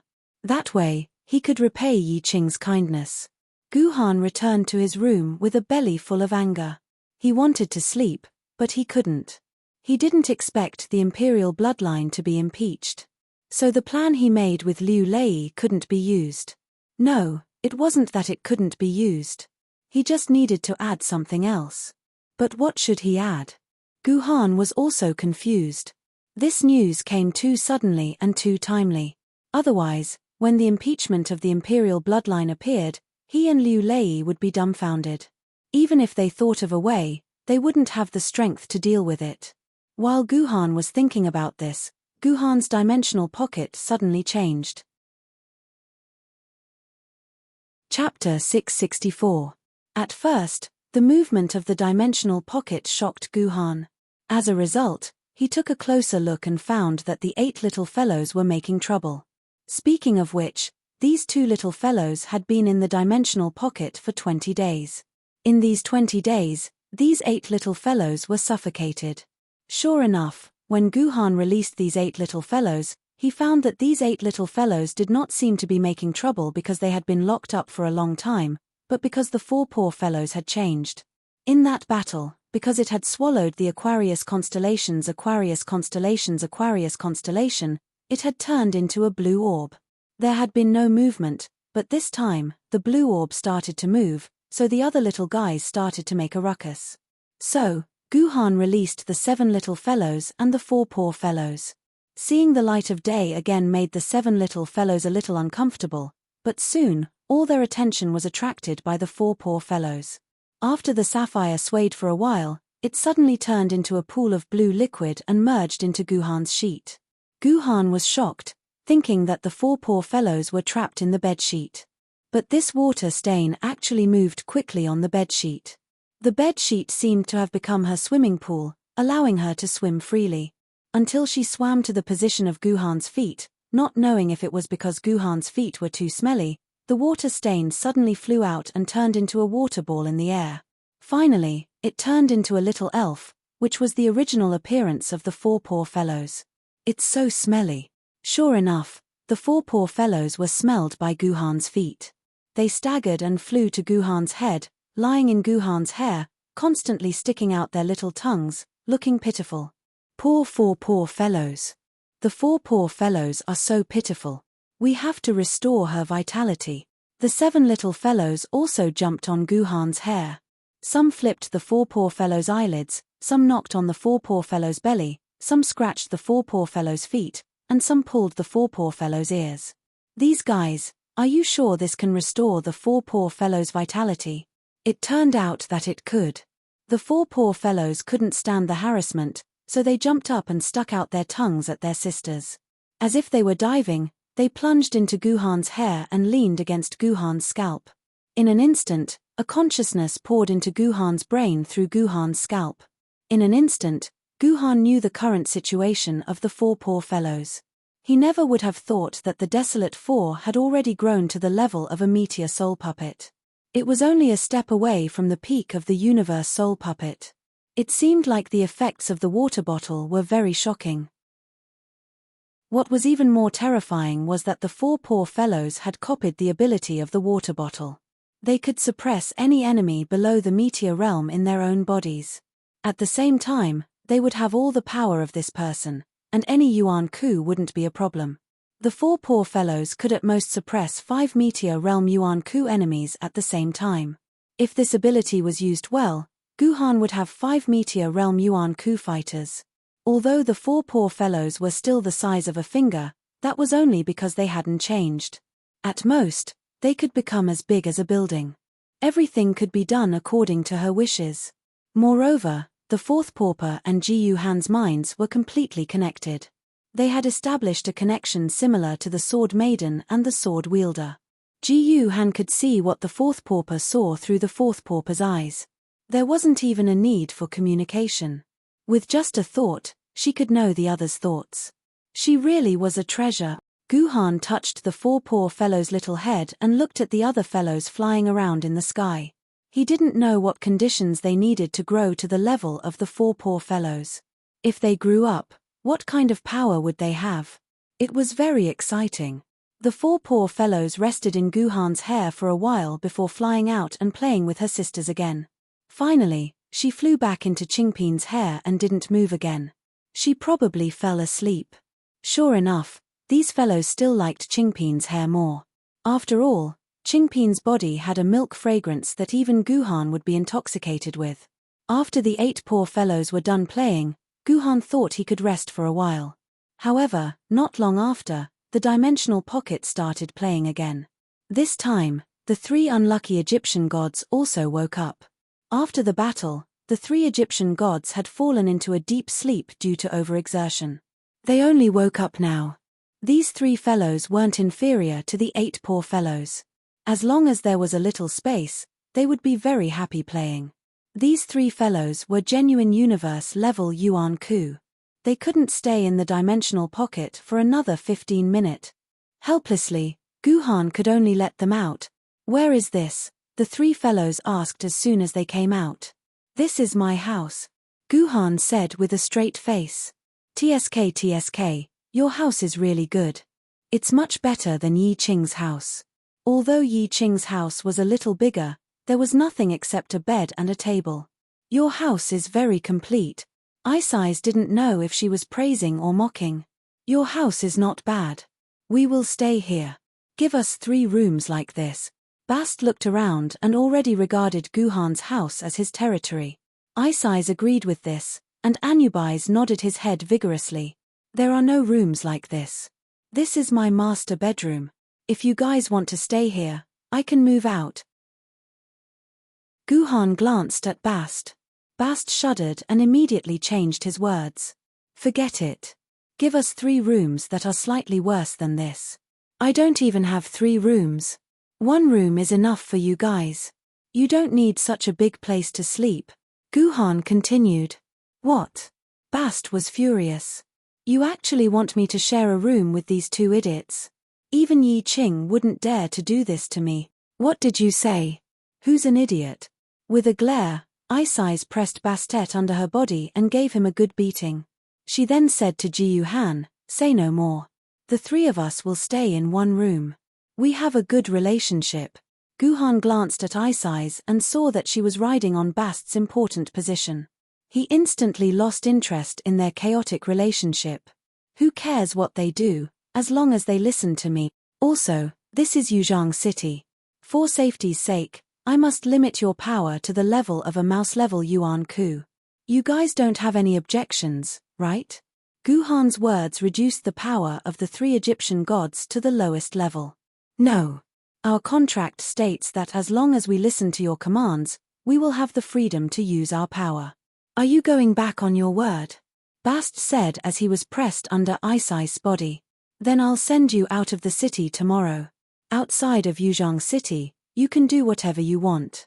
Whatever level you want. I don't care, as long as you don't leave the 200-kilometer radius of Yuzhang City. Are you willing?" Guhan said coldly. "This." Bast and Isais looked at each other. As for Anubis' opinion, well, that stupid dog was responsible for listening. "All right then, we will maintain the level of a mouse-level Yuan Ku." Feeling the comfortable and warm bed, Bast did not have the strength to refuse. After all, they had to be more obedient in Yuzhang City. They would not be able to bear sleeping on the grass or in the woods in the wild. "Also, without my permission, you are not allowed to leave this house. Understand?" Guhan thought for a moment, then added, "If you want to leave, you must stay in my dimensional space. Without my permission, you are not allowed to leave." "Why is that?" Bast asked, feeling wronged. "It's simple. Since you have been restricted to the level of a mouse-level Yuan Ku, any swordsman near Yuzhang City can kill you. Yuzhang City is surrounded by surveillance equipment for Yuan Ku. If you expose yourself, I promise I will not come out to save you. I will even cut all ties with you." Guhan's cold words made Bast agree to this unfair contract again. "All right, your room is opposite mine. You can go now." As soon as Ji Han gave the order, the 3 gods excitedly rushed into their own rooms, dancing with joy. It was hard to imagine how a cat, a dog, and a bear would look like in a room. Oh. Let me add one more thing. If you dare to do anything to the room and damage anything inside, you will turn into your animal forms and become my Qingpin's mount. Guhan's words made the three unlucky souls' footsteps heavy. They were very careful, afraid of breaking anything. After finally dealing with the problem in his dimensional space, Guhan could finally sleep. The next day, when he woke up and opened his eyes, it was still dark. However, it was not night time now. It was because a small but was sitting on Guhan's face. Smelling the milk fragrance in his nose, it was undoubtedly Qingpin's little butt. Fortunately, this little guy had learned to sleep in underwear. Otherwise, he would be sitting on Guhan's face without wearing underwear like he did in the first few days. Blue and white stripes. When Guhan moved Qingpin away from his face, he glanced at the color of her underwear. Annoying, Pauper was scared by the stupid Guhan. Poor Qing was originally using a feather that he found from who knows where to scratch the second pauper in his palm. When Ji Han took her down, he naturally threw the second pauper down as well. Remember to brush your teeth. Guhan knocked Qingpin's head. Good brother, Ji Yun has already brushed her teeth. Ji Yun is the most obedient. Ji Yun jumped out of the bathroom and flew into Guhan's arms. Her fragrant mouth was close to Guhan's nose. The fragrance of toothpaste filled Guhan's nose. Good. You are much more obedient than Qingpin. Guhan kissed Ji Yun's face and threw Ji Yun to Qingpin's side, letting them play together. This kind of life is really good. Guhan took a deep breath. In order to have such a life, Guhan must clean up all the Yuan Ku or people in front of him. No one could stop him. Chapter 665. Impeachment of the imperial bloodline? Is there such a thing? The cigarette in Liu Lei's mouth fell onto the table. He immediately began to look up the information. Finally, he found the relevant information in an inconspicuous corner. This information was not in the database of the computer, and for some reason, it was not recorded. It was in a corner of the archive room, covered in dust. Yes, it's true. It seems that we're in trouble. Liu Lei read through the information and threw it on the table. It seems that our plan from yesterday can't be used. It's not that it can't be used. I thought about it for a whole night, and I finally have some ideas. Guhan smiled and told Liu Lei his plan.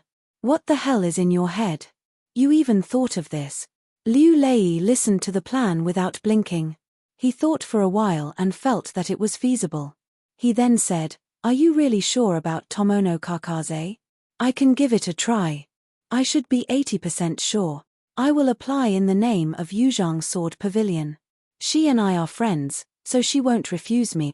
Guhan replied. "When did you become friends with Tomono Kakaze? Even I don't have this chance." Liu Lei's tone was very jealous. "Oh, and Etienne, you really don't need to take it out in advance. What if something goes wrong? It's fine. If I use the Heaven-Reliant sword, they'll know that I'm on guard. If they change their plans, it won't be fun anymore. Let's just let things develop according to their wishes. They'll be shocked." Ji Yuhan smiled. "Master, I want to ask for someone from you." "Who? Who is worth asking in person?" Liu Lei asked curiously. "A little guy, the younger brother of your disciple. If I don't save him, your disciple won't be your disciple anymore." Lu Yin thought that he would suffer. When he was arrested and brought to the police station, he also felt that he would be like those anti-Japanese fighters in the old movies before the apocalypse. For his own country, for the sake of justice in his heart, he would be loyal and unyielding, and would rather die than surrender. However, an hour after entering the prison, Lu Yin regretted it because he was locked up in the middle of a group of strong men. These brawny men were actually street thugs who were unwilling to work. Apart from playing games every day, they relied on the free nutrient solution to survive. These hooligans should be playing games at this time. Now that they were locked up in prison, they naturally had no games to play, so it was inevitable that they would be irritable. Anger would lead to conflict.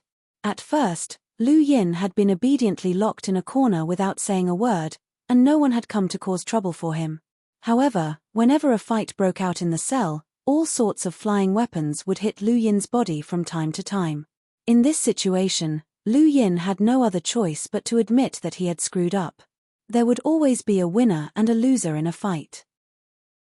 Those who lost were beaten black and blue and hid in the corner. They were afraid of being beaten by the strong and naturally did not dare to fight back. However, there was a lot of anger in his stomach. What should he do? Naturally, he would find some weaklings to bully. There was no weakling more weakling than Lu Yin. A guy with a bloody nose and swollen face first kicked Lu Yin's back, kicking him into the wall, and his head hit loudly. Lu Yin raised his head dizzily and saw a guy with a nosebleed all over his face looking at him proudly, as if kicking him was a big deal. The others also laughed as if they were laughing at Lu Yin's weakness. Lu Yin couldn't stand this kind of mockery the most. He swung his fists at the man's head like a madman, but the man didn't even move. Instead, he kicked him in the stomach, sending him flying and crashing into the wall. Blood flowed out of his nose. Trash. The gangster spat on Lu Yin's head and then stepped on his head. He scolded in an imposing manner like Ling, "Come on, call me Grandpa, and Grandpa will let you go." Lu Yin did not speak. The gangster kicked him a few more times, but Lu Yin quickly learned to shrink into a ball to avoid the gangster's kicks. The gangster kicked him more than a dozen times, getting more and more excited. Just as he was about to hit harder, a big fist smashed into his face. "Why did you hit me?" The gangster was stunned. He looked at the person who just hit him. It was the strong man who had just taught him a lesson. F***ck, I, your father, can't help but want to bully you. The burly man laughed and imitated the gangster from before. He kicked the gangster to the wall and started punching and kicking him. Haha. It's really comfortable to bully people. No matter what, I am the king of the food chain. In the end, the gangster was beaten until he fainted. It was not until the patrolling police found him that he was taken out and locked up in another cell. After that, until the night, Lu Yin huddled in the corner of the wall. From time to time, someone would come and kick him, step on his face, and spit on him. Lu Yin was like a piece of wood, silently enduring all this. Lu Yin thought that he would be able to survive in prison like this, but when night came, something even more terrifying happened. Lu Yin, who was lying on the ground to rest, suddenly felt someone beside him. Lu Yin thought that someone was going to beat him again. Just as he was about to endure it silently, he found that the person touched his pants. He actually wanted to take off his pants. He could endure being beaten, but he couldn't endure taking off his pants. Lu Yin hurriedly pulled his pants, but the other party did not give up. He directly tore Lu Yin's pants in half, leaving only his underwear on his body. In the darkness, Lu Yin could not see clearly who was doing it. He could only shout, "What are you doing? What do you want? I am just a child. Hee, I want children.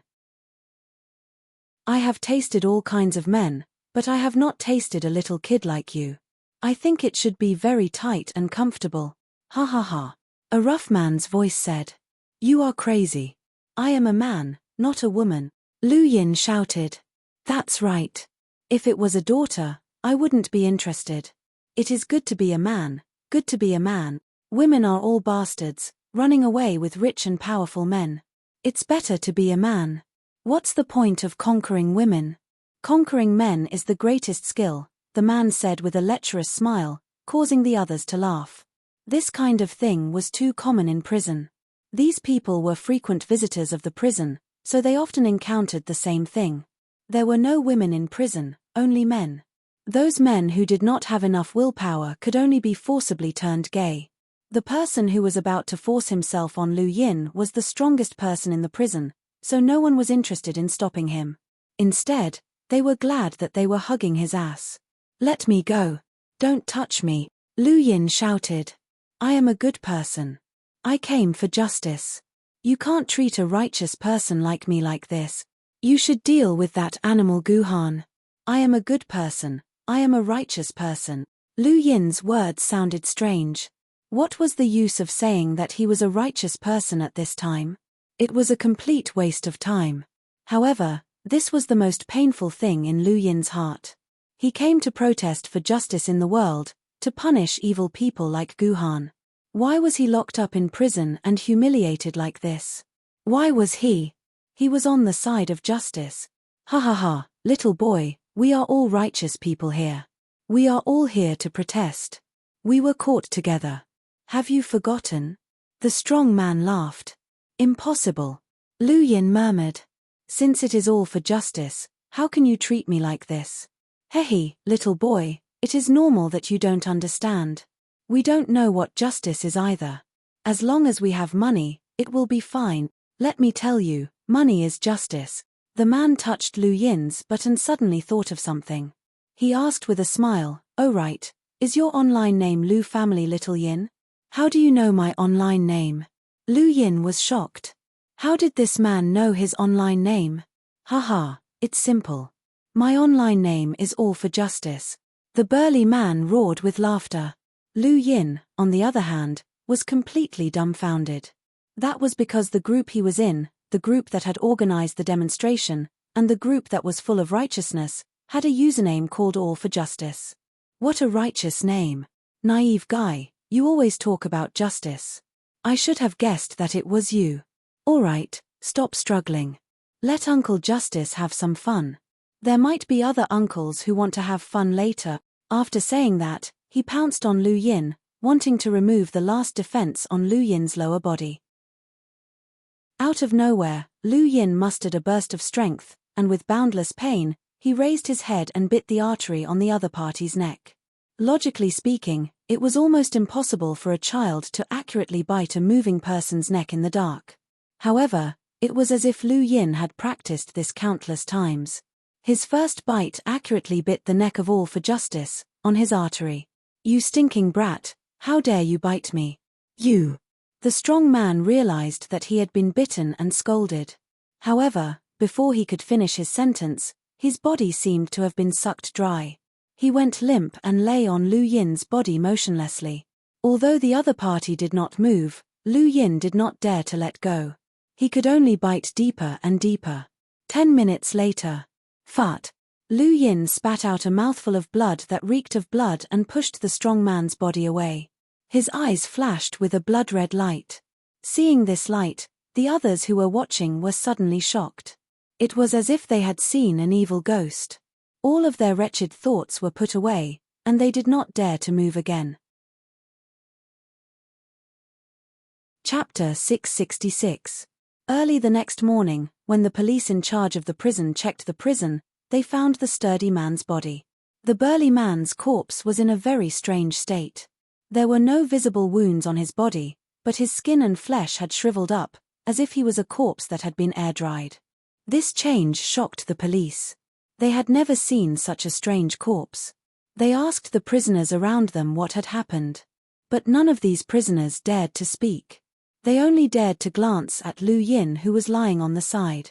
The prison guards instantly understood that this was done by Lu Yin.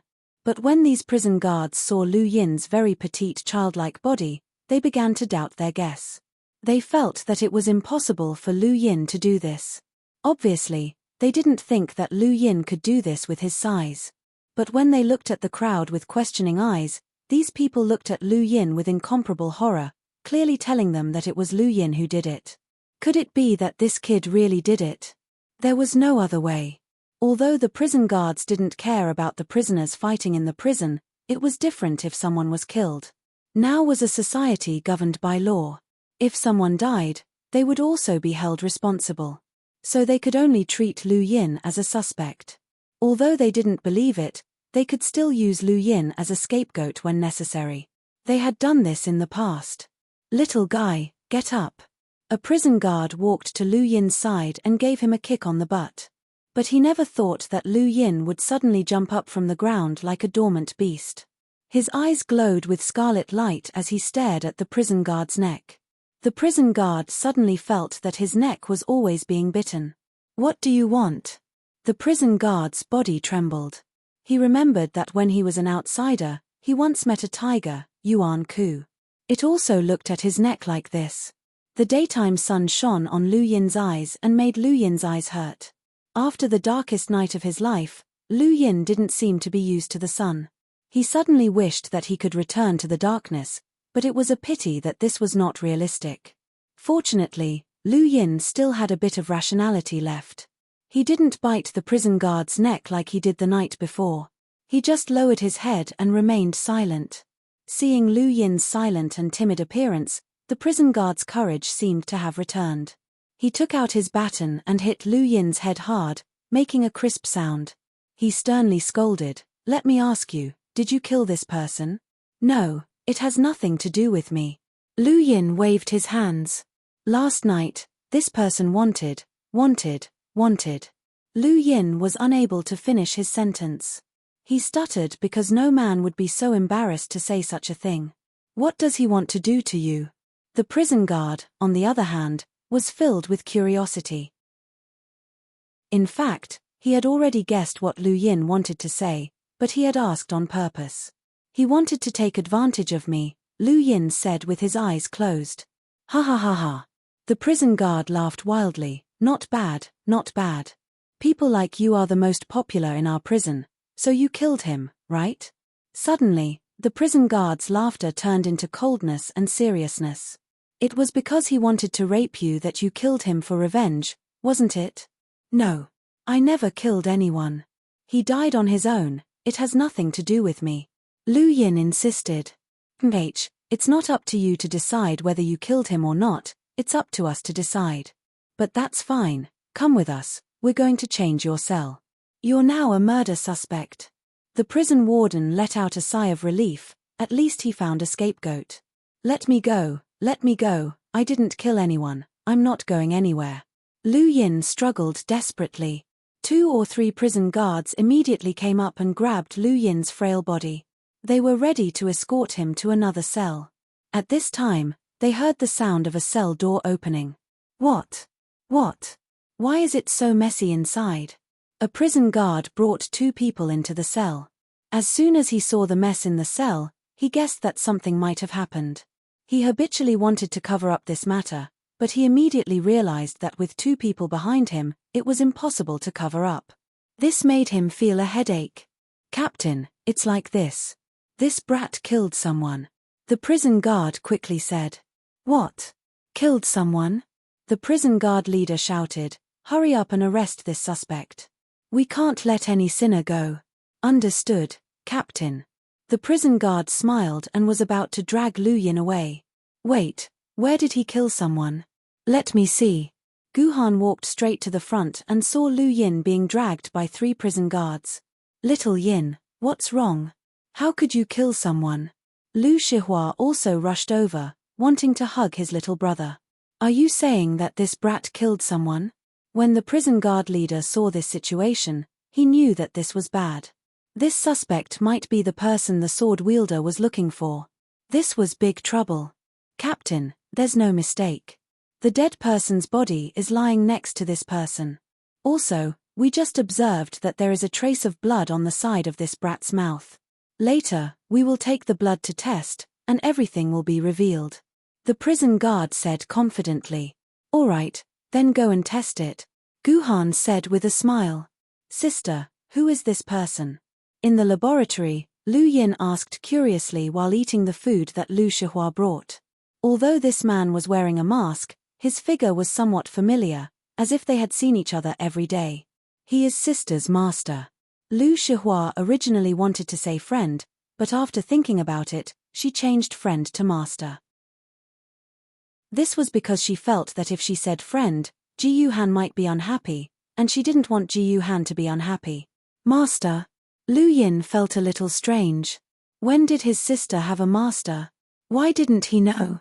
But after thinking about it, Lu Yin suddenly remembered. His sister seemed to have told him that she had a master in the game, but Lu Yin didn't know who the master was. "Sister." Lu Yin pulled Lu Shihua's hand.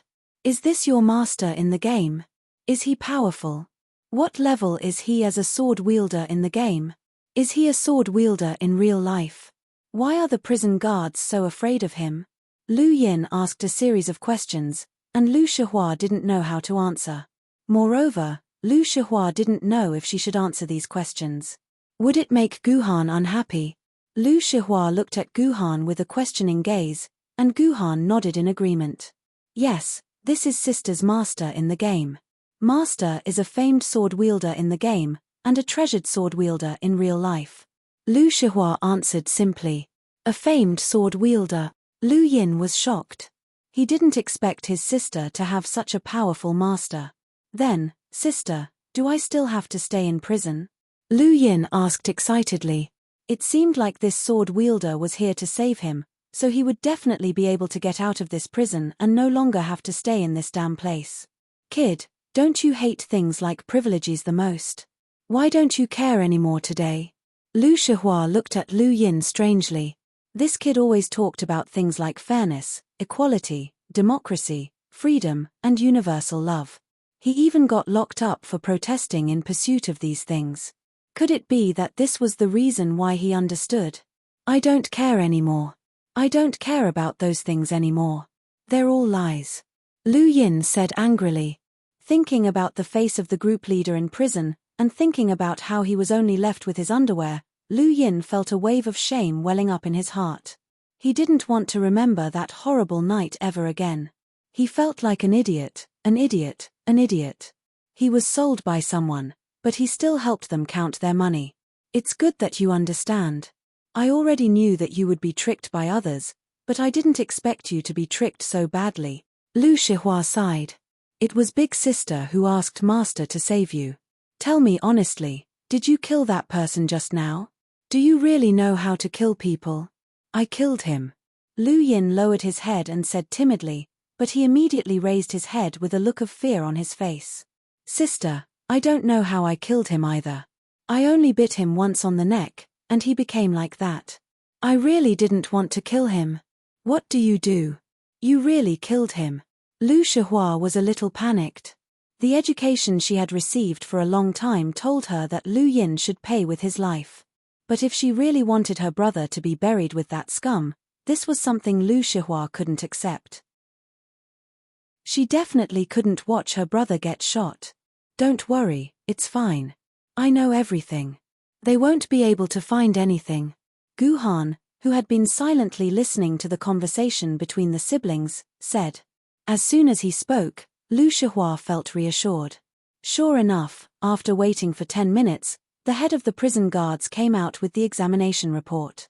He smiled and said that the blood on the side of Lu Yin's mouth was Lu Yin's blood, not the man's. The man might have died because of a heart attack or something. The surveillance in the ward was also broken, so they couldn't see who did it. But it should have nothing to do with Lu Yin. Then can I take Lu Yin away? Gu Han asked the head of the prison guards. Okay, no problem. The head of the prison guards quickly said. This child is just a small matter. You guys keep an eye on him in the future. Don't let him be tricked by bad people and wander around the streets with others. I've finished the procedures, the child can leave now. Thank you. Gu Han nodded and left with Lu Yin and Lu Shihua. Chapter 667. In the distant boundary of heaven, the great Son, Father, and Holy Spirit, the God of the Trinity, Lord Jehovah, was sitting on his throne in the clouds. Under his command, there were 6 huge Ultraman angels with 5 pairs of wings.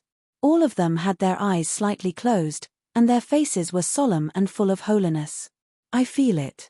2 familiar friends have returned, said Jehovah on the throne in a dignified voice, even though he was a god himself. Great Holy Father, I feel it too. An extremely handsome angel came out of the crowd and knelt in front of Jehovah. I, Gabriel, will never forget the smell of the sinful aborigine and the despicable traitor. Since you feel it too, I'll leave this matter to you. While they have just awakened, purify them with the great holy light. Go. After saying that, Jehovah fell silent. The originally clear image became blurred, and finally disappeared into the clouds. The 5 pairs of wings on Gabriel's back spread out like a peacock spreading its tail. He flapped his wings and left the illusory heaven. Gu Han left the depths of the prison with Lu Yin and Lu Shihua. When Gu Han walked to the door of a small door, he suddenly felt a magical power behind the door. This power is very strange. It seems to be the power of the sword-bearer, but it also doesn't seem to be the power of the sword-bearer. Gu Han stopped and asked the head of the prison guards behind him, "What's behind this small door? Or is there someone locked inside?" This The head of the prison guards hesitated. There were some things he could do, but there were some things he dared not say. He could only remain silent. The head of the prison guard's silence made Guhan even more curious, but he did not intend to ask the head of the prison guards because he did not need to. Guhan only needed to tap on his personal terminal to figure out the situation behind the small door. It turned out that the person locked inside the small door was a blacksmith. He was locked up here because he was researching a forbidden and unethical forging method. However, because he was a rare Grandmaster blacksmith, and there was not a second one like him in Yuzhang City, they naturally could not bear to kill him, so they could only lock him up here. Although blacksmiths had the power of sword essence, it could only be used to forge swords. They were no different from ordinary people in other aspects, so they were not locked up in the Morals and Discipline Committee's prison. Instead, they locked him up in an ordinary prison. As for the unethical forging method he researched, it turned out to be the synthesis of sword maidens. He researched breaking 2 sword maidens, then fusing them together to form a brand new sword maiden. It was said that he had made some progress on artificial sword maidens. Later, when he was about to use natural sword maidens for his research, the Sword Committee, he was found out and locked up in the prison. However, the Sword Committee did not intend to give up on such a useful talent. They specially set up a workshop for him in the prison, and it was far more comprehensive than the workshops in other places. It was one of the best in Yuzhang City. However, it was closely monitored by the Sword Committee. Even the use of every material had to be reported to the Sword Committee. After reading the information, Guhan lost interest in this person. He actually wanted to use natural sword maidens to conduct such inhumane research. Guhan did not even bother to look at him. "Captain, what should we do with this dead person?" After Guhan left the prison with Lucifer and Lu Yin, the prison guard asked the head of the prison guard. "Die of freezing, cold, starvation, stupidity, sickness. There are so many ways to die, you can say and write however you want. Do you still need to ask me?" The head of the prison guard rolled his eyes at the prison guard. "Who knows what's going on? The entire prison's surveillance system seems to have malfunctioned last night, but that's good. No matter what you write, no one will be able to find out. It's really strange. Sister, aren't we going home?" Lu Yin watched as he followed his sister in a direction he had never been to before. He could not help but feel curious. Where was he going? This. Lucifer could not say anything. She did not know how to explain to her brother that she was living in her master's house. "Your sister is very talented. She will become a swordsman sooner or later. She cannot live in a rotten place like Toad Street. From now on, you and your sister will live in my house," Guhan said on behalf of Lucifer. "Really?" Lu Yin was excited. He and Lu Shihua had completely different personalities. Lu Shihua was more cautious, while he was more carefree. Lu Shihua was more hardworking and simple. Although Lu Yin was used to living a hard life and was usually quite thrifty, he still yearned for a good life. As long as it was possible, he did not care why he lived in a good place. "Sister, master." Lu Yin invented a new term to address Guhan. Guhan did not object. "Sister, master, what do you think of my talent? Sister and I are siblings born from the same mother. My sister's talent is unique, so my talent should not be too bad, right?" Lu Yin's meaning was very clear. She also wanted to become Guhan's disciple. Guhan did not comment. Coincidentally, there was an automatic sword essence detector on the side of the road. As long as he dripped a drop of blood on it, it would be able to roughly test the sword essence. Go and test yourself." Guhan's personal terminal touched the automatic sword essence detector. With a beep, the automatic sword essence detector started working. Lu Yin placed his finger into the blood collection slot. He felt as if his finger had been pricked by a needle. A drop of blood entered the automatic sword essence detector. Beep. The system is testing. Please wait. The automatic sword essence detector displayed such a prompt. Lu Yin stared at the screen of the automatic sword essence detector. 10 seconds later, the results were displayed. How could this be? Lu Yin's legs went soft, and he fell to the ground. The results on the screen made Lu Yin unable to believe his eyes. There was a big one on the screen. Lu Yin was completely dumbfounded. Is this machine broken? It must be broken. Lu Yin could not stand up. He could only mutter to himself to comfort himself. No, it's not broken yet.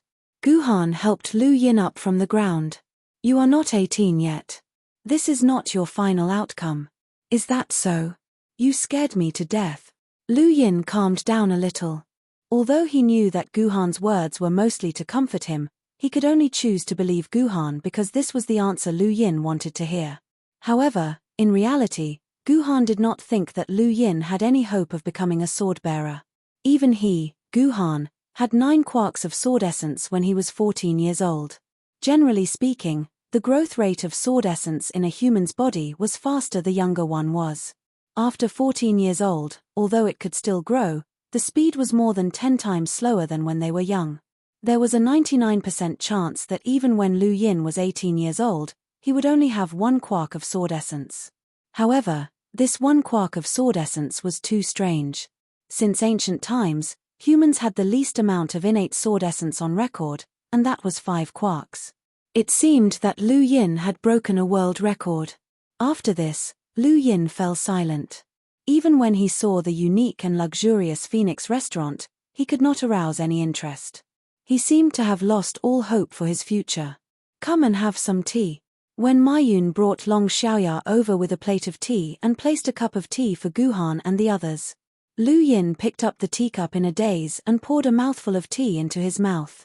So hot, so hot. In the next second, Lu Yin spat out the tea leaves in his mouth and kept fanning his mouth with his hand.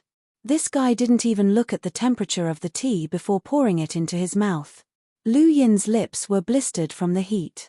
Hey, what a big idiot. Qing Pin jumped down from the building and landed accurately in the baby pouch in front of Guhan's chest. He stuck his tongue out at Lu Yin, which made Lu Yin feel even more ashamed. Shihua, take your brother to his room to rest. He probably did not sleep well last night, Guhan said calmly. Lu Shihua nodded and prepared to take Lu Yin to his room. When entering the room, Lu Yin, who had his head down, suddenly bumped into something soft. What is this? It feels so soft and comfortable. Lu Yin could not help but exclaim. It reminded him of his mother's feeling. However, when he raised his head, his face was flushed. Only then did he realize that the soft thing he bumped into was not something else but a pair of large opals. So comfortable. Unexpectedly, the owner of the opals also blushed. She looked at Lu Yin with her watery eyes. Suddenly, she pressed Lu Yin's head with her right hand. She pressed Lu Yin's head on her opals and gave him a tight facial cleanser. Miss Anna. Lu Shihua quickly pulled Lu Yin's head out and fled into the room in the blink of an eye. So comfortable. Anna repeated the sentence in a silly manner. Her hand kept stroking her opie through her clothes. Her whole body seemed to be dripping wet. The ancient said, 30 is like a wolf, 40 is like a tiger, 50 is like a sitting on the ground and sucking soil. Judging from her age, Liu Anna should be at the level of sitting on the ground and sucking soil. Is everything ready? In a small room piled with all sorts of books from before the Great Calamity, a skinny old man was asking his son this question. Father, everything is ready. You can see a big show tomorrow. The son said excitedly. Don't talk big. You have to make sure again that everything is ready. Liu Lei can lose the battle tomorrow, but we can't afford to lose. Chapter 668. Good disciple, go watch TV, they're starting. Early in the morning, Guhan received such a message from Liu Lei. Guhan knew that the old guys of Di Shan finally couldn't help but make their move. Dear viewers, welcome to Daily Live. I'm your dear host, Yong Le. We just received the latest news. Because we don't want to see too much injustice buried under the crime, we don't want the real murderer to go unpunished. Today, more than 50 judges jointly filed a public prosecution in Yuzhong City People's Supreme Court. All the spearheads are pointed at the long-lost sword-bearer, Guhan. Now, please follow our camera and interview these respectable judges. The TV camera turned and saw a large group of judges in judge robes, each holding a document in their hands, surrounded the door of the president's office with a smile on their faces. "Dear judges, what's the situation now?" The host pointed the microphone at a judge and asked. "The situation is both optimistic and not optimistic." The judge's smile immediately disappeared and was replaced with an expression of righteous indignation. "Although we have gathered more than half of the judges here, for some inexplicable reason, the president is still unwilling to come out to see us. He even locked himself in his office." "So that's how it is." The host looked very surprised. "By the way, I have a question to ask you. Why did you choose to launch a public prosecution today? Why didn't you launch a public prosecution before?" "It's not that we didn't want to launch a public prosecution before, but we couldn't find a target to launch a public prosecution." The judge said heavily, "According to our law, if we want to launch a public prosecution, we must confirm that the person being prosecuted is a living natural person. But before this, Guhan has been missing. We couldn't confirm whether he was alive or not, so we couldn't launch a public prosecution." "Wait, according to what you mean, can I guess that Mr. Guhan has been found?" the host asked excitedly. "Yes, we have found traces of Mr. Guhan. We are now very sure that Guhan is still alive and is in Yuzhong City. That's why we jointly launched a public prosecution to the president," the judge said with a serious face. "May I ask what evidence do you have to prove that Jing is still alive?" the host asked again. "Of course we have evidence, and it's very conclusive evidence." The judge nodded. "Then can you show the evidence to the audience in front of the TV?" the host asked curiously. "No. Because of privacy laws, we have no right to reveal Mr. Guhan's privacy. We also have to protect Mr. Guhan's privacy, so we can't publicize this evidence. However, I can assure everyone that we do have evidence. Here, I would like to use the camera to say something to Mr. Guhan." Suddenly, the judge faced the camera and said, "Mr. Guhan, I know you are watching us in front of the TV. If you still have a little conscience, please come to our court immediately. We will definitely try your case impartially. We will not wrongly accuse anyone, nor will we let anyone go." "Good, well said." The surrounding judges who were watching the interview cheered and applauded warmly. The judge was right. Guhan was indeed watching his performance in front of the TV. Good performance. It was very passionate. Guhan praised sincerely. "Stupid brother, what are you going to do? Do you want to go to the court?" Ji Yun asked as she pulled Guhan's hair. "By the way, brother, what is the evidence that they are talking about? There are only two pieces of evidence that can't confirm that I'm still alive. The first is that the military governor in the game is still alive and kicking. They know that I'm the military governor, so they are sure that I'm still alive. The second is the Heaven-reliant sword. As long as the Heaven-reliant sword doesn't return to its dormant state, I'm obviously still alive." "Then what is the evidence that they are talking about?" Ji Yun asked again. "Although the Heaven-reliant sword can prove that I'm alive, it can't prove that I'm alive and kicking. Therefore, the only evidence they have is the admiral. Clearly, this judge is telling me that if I don't appear, he will reveal my admiral's identity to the public. At that time, no matter if it's in reality or in the game, my reputation will be ruined." Ji Yuhan said calmly. Losing his reputation was such a miserable thing, but he was still calm. "Then you can only show up.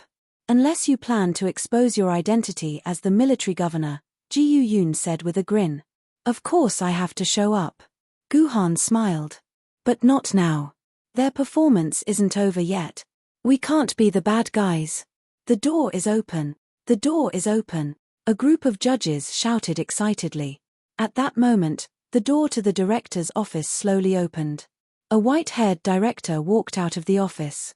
He glanced at the 50 or so judges, then looked at the documents in their hands. He looked up at the sky for a minute or so, and finally said, "Give me all your cases. Justice will not disappear, it will only be delayed." The director went back into the office. The TV station's camera was waiting outside the office. The TV station didn't seem to be interested in broadcasting other programs. It just kept broadcasting the situation in the court. After waiting for 20 minutes, the director came out again. Judges who abide by justice, it's time for us to act. Come to the conference room for a meeting. So the cameras followed the judges to the door of the conference room. It was still a live broadcast. The TV station seemed to have found its conscience and didn't even interrupt the commercials. Or rather, it didn't dare to interrupt the broadcast. At this time, according to the ratings of the live broadcast in the whole of Yuzhong City had risen to 20%. As time went by, the ratings were still rising. But don't get me wrong. It wasn't that the people's pursuit of freedom, love, and democracy was so high. It was because 80% of the TV stations in Yuzhong City were broadcasting the live broadcast.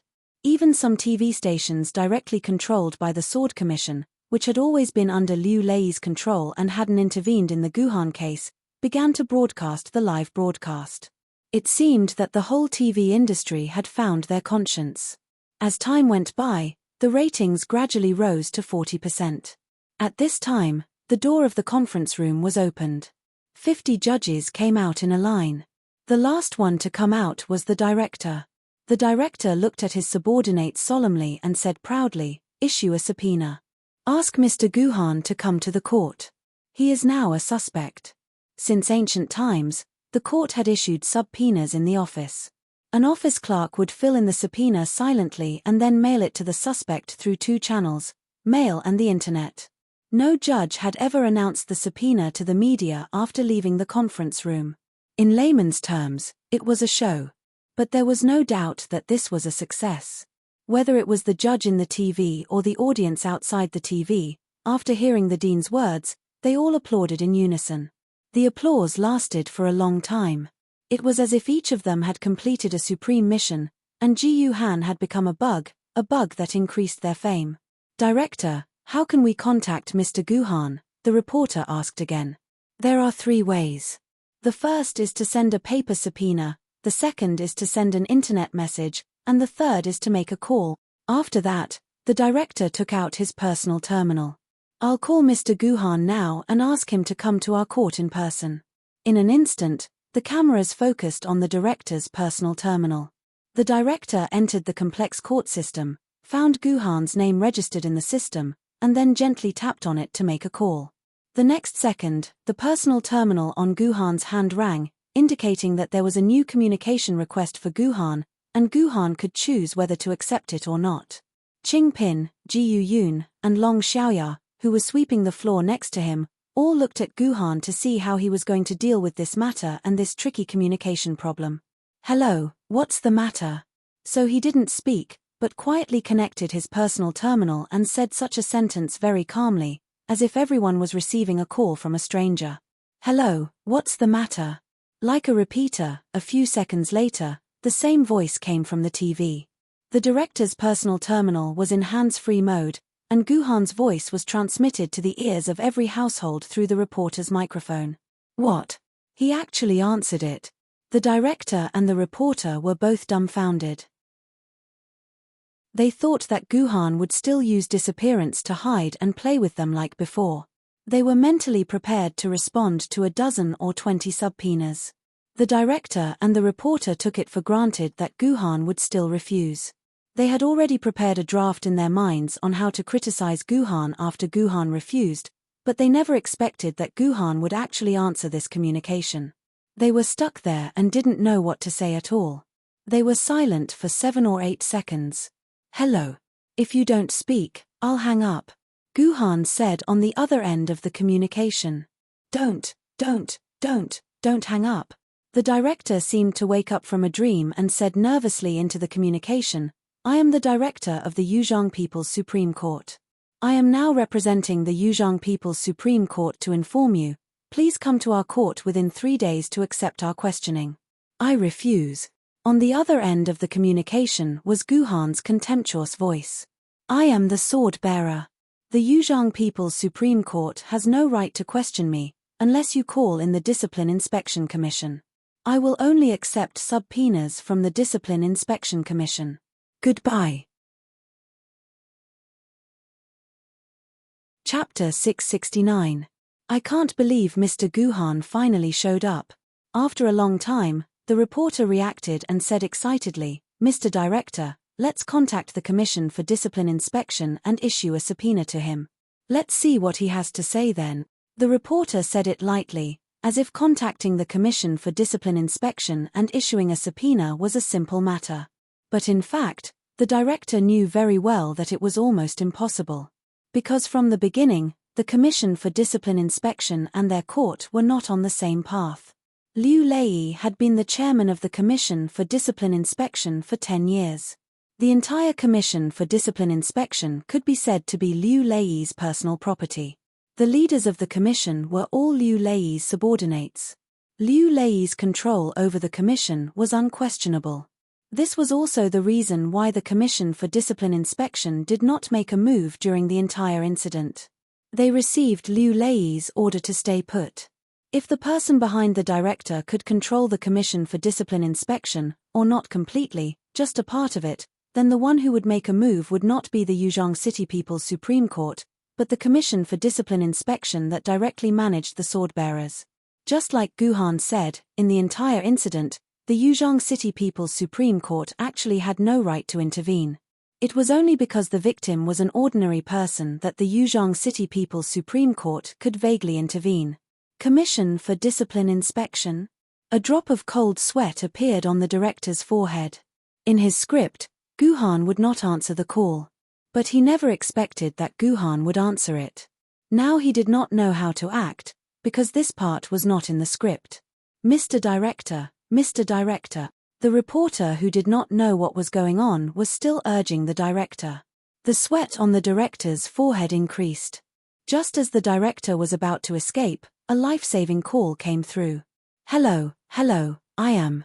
The director escaped into his office with the help of the communication device, and then slammed the door shut, leaving behind many dumbfounded reporters and the equally dumbfounded audience. Ha ha ha ha, Guhan's move is really amazing. I'm convinced.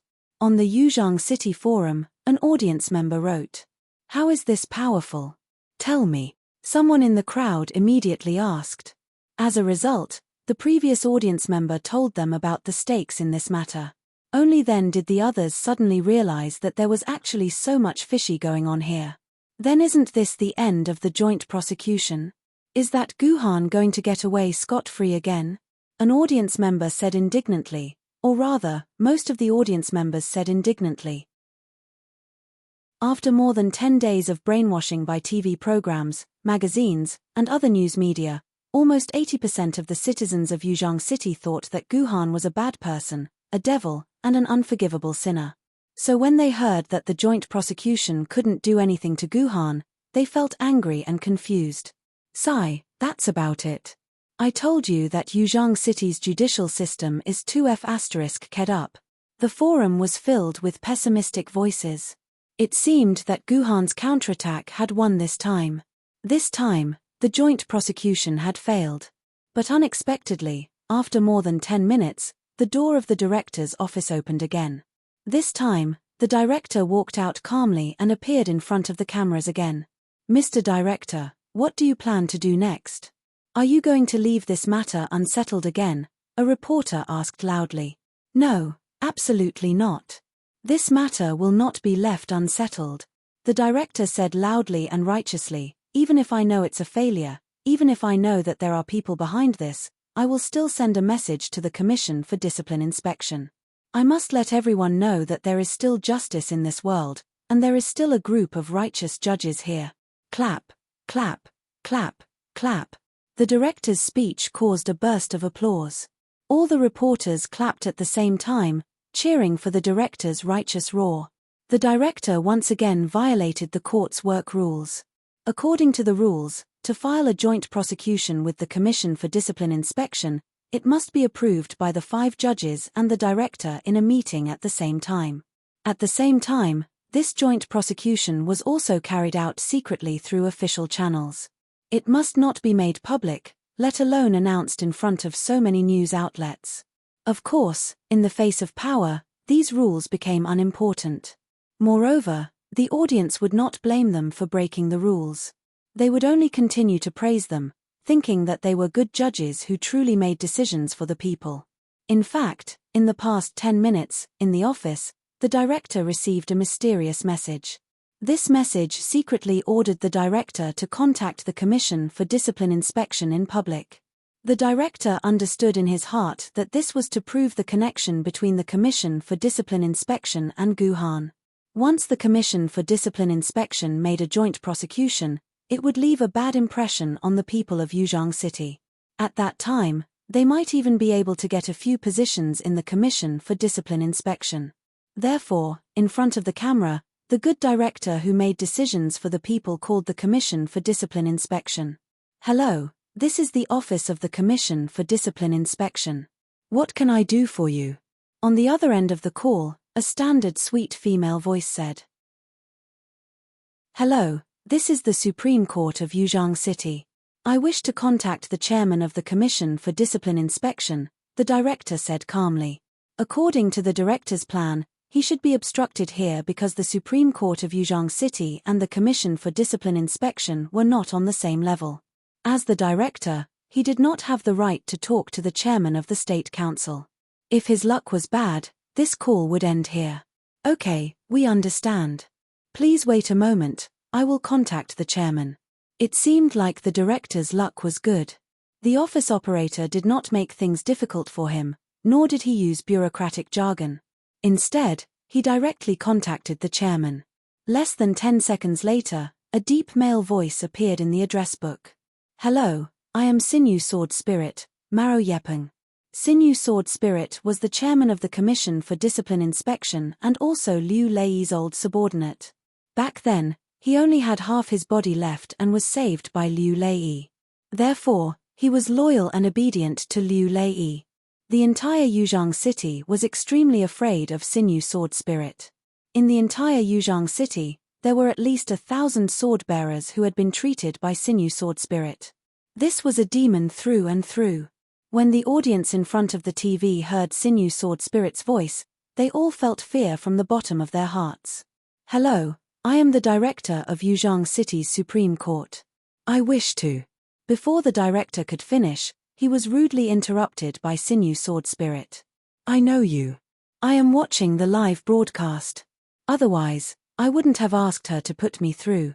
The words "I know you" made the director's hair stand on end. Being targeted by Sinew Sword Spirit was not a good thing. "Since you already know, then I won't say more. What do you think?" The director was a little timid when he spoke. He didn't even dare to speak a little louder. Clearly, he was extremely afraid of Sinew Sword Spirit. "What do you mean?" "Of course it's business," Sinew Sword Spirit said proudly. "Since you want me to jointly prosecute a sword-bearer, then let me ask you, do you have evidence?" Yes, we already have sufficient evidence," the director quickly said. "All right then, we, the Commission for Discipline Inspection, will jointly prosecute with you. We, the Commission for Discipline Inspection, will always stand on the side of justice and truth. We will not be biased towards anyone." With that, Sinew Sword Spirit hung up. It was settled just like that. The director touched his forehead in disbelief. With just a few words, the most difficult person to deal with in Yuzhang City, Sinew Sword Spirit, was settled. The Commission for Discipline Inspection agreed to jointly prosecute with him. This was like a dream. The director faintly felt that things were developing further and further away from his script. At the same time, Sinew Sword Spirit's words were transmitted to the ears of every audience that was paying attention to the live broadcast. They cheered at the same time and praised loudly. "The words on the internet are all lies. What Sinew Sword Spirit is covering up for Guhan? What Sinew Sword Spirit is Liu Lei's lackey? These are all lies and rumors. The Commission for Discipline Inspection is still fair and just. Old Chairman, I have already done as you instructed." In the chairman's office, Sinew Sword Spirit was talking to Liu Lei. This person who made Yuzhang City tremble with fear most of the time was as respectful as a child in front of Liu Lei. And this director didn't expect that when he was communicating with Sinew Sword Spirit, Liu Lei was by his side. Good, Liu Lei said 3 times in a row. "This matter has been handled well. But old director, is this really okay? Sinew Sword Spirit asked doubtfully. Once we jointly sue, then Pavilion Master Guhan will. Clearly, Sinew Sword Spirit still had some doubts about Liu Lei's plan. He didn't know what Liu Lei was planning. It's fine, it's fine. Liu Lei smiled. Isn't the discipline inspection's trial hall your turf? So that's how it is. I understand now. Sinew Sword Spirit also smiled. After ending the call with the Commission for Discipline Inspection, the director quickly ordered his subordinates to draft a subpoena and send it to the Commission for Discipline Inspection. He thought the Commission for Discipline Inspection would deliberately delay it for a while. Unexpectedly, in less than 20 seconds, the Commission for Discipline Inspection replied and stamped their official seal on the subpoena. This subpoena officially had legal effect. Therefore, in front of all the cameras, the dean once again dialed Ji Yuhan's number. But this time, before the director could say anything, he received such a reply. I'm watching TV. I know about the subpoena. I will be there on time. Goodbye. After saying that, the call was hung up. Our cute director didn't even say a word before he was hung up. Although it seemed like he had obtained victory and everything went exceptionally smoothly, the director's heart was getting more and more uneasy. Chapter 670. There was still one more day before he had to go to the Discipline Commission for Discipline Inspection for his trial. Logically speaking, it should have been more than 3 days, but it seemed like he was afraid that a long delay would bring trouble, so he set it to tomorrow. You guys do as you please, I'm going back to my room to rest. Guhan turned off the TV, got up, and walked to the room. Master. Long Xiaoya raised her head and muttered in a daze. She was filled with concern and worry. Do your own thing, I'll be fine. Guhan said expressionlessly, then added, without my permission, no one is allowed to disturb me, including Qingpin and Ji Yun. The Discipline Commission's trial hall was a very mysterious place in the eyes of ordinary people. This hall was only open to sword-bearers who had committed crimes, and this case was never publicly heard. Therefore, in the eyes of ordinary people, this was a place only heard of but never seen, a place filled with all kinds of legends.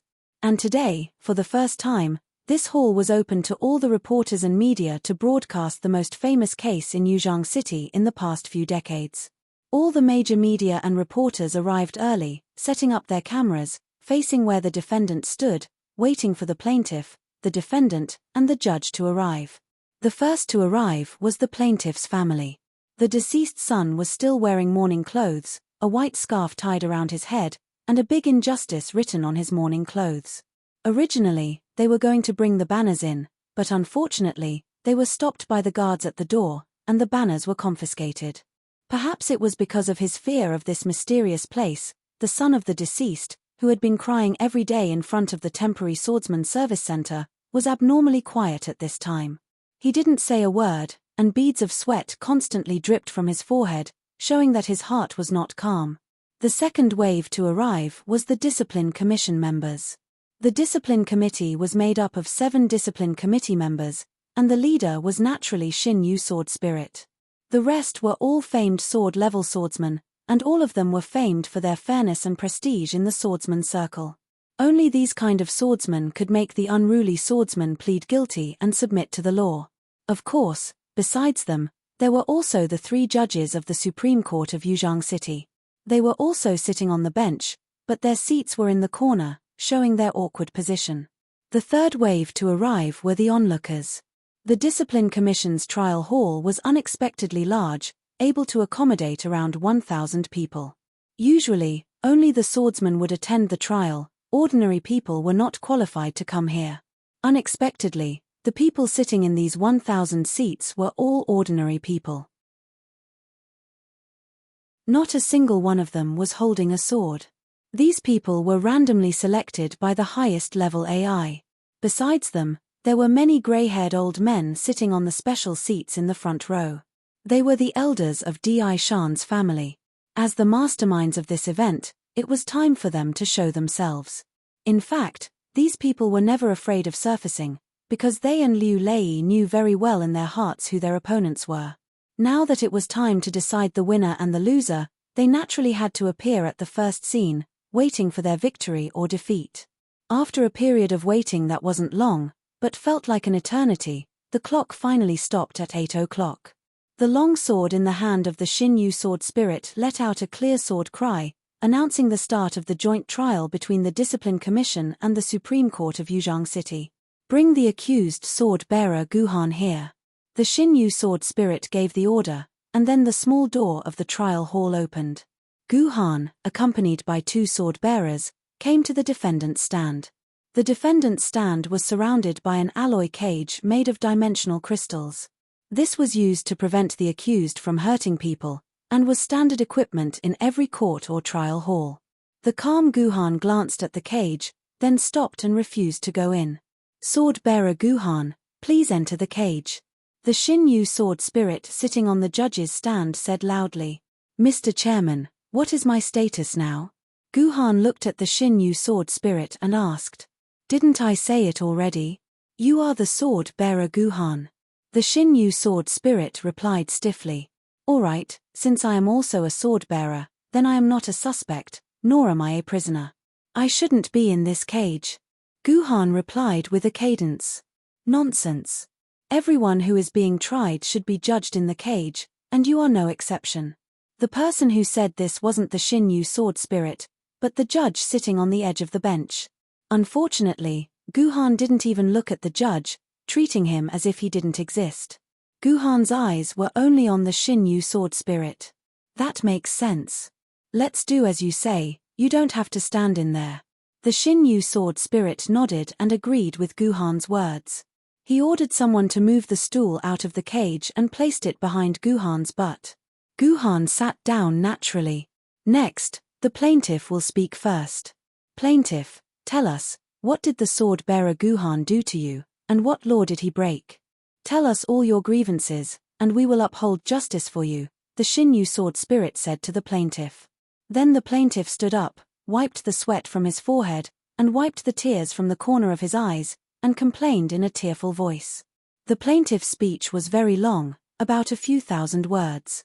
We won't list them one by one to avoid the suspicion of exaggerating the number of words. His speech was similar to what the media had said before. It was nothing more than his father being loyal to his duty, and courageous in protecting the public property of Yuzhang City.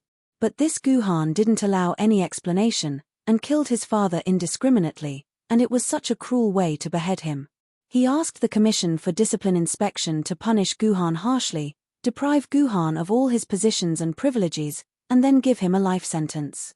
Incidentally, unless the sword-bearer committed a crime against humanity, the sword-bearer wouldn't be sentenced to death.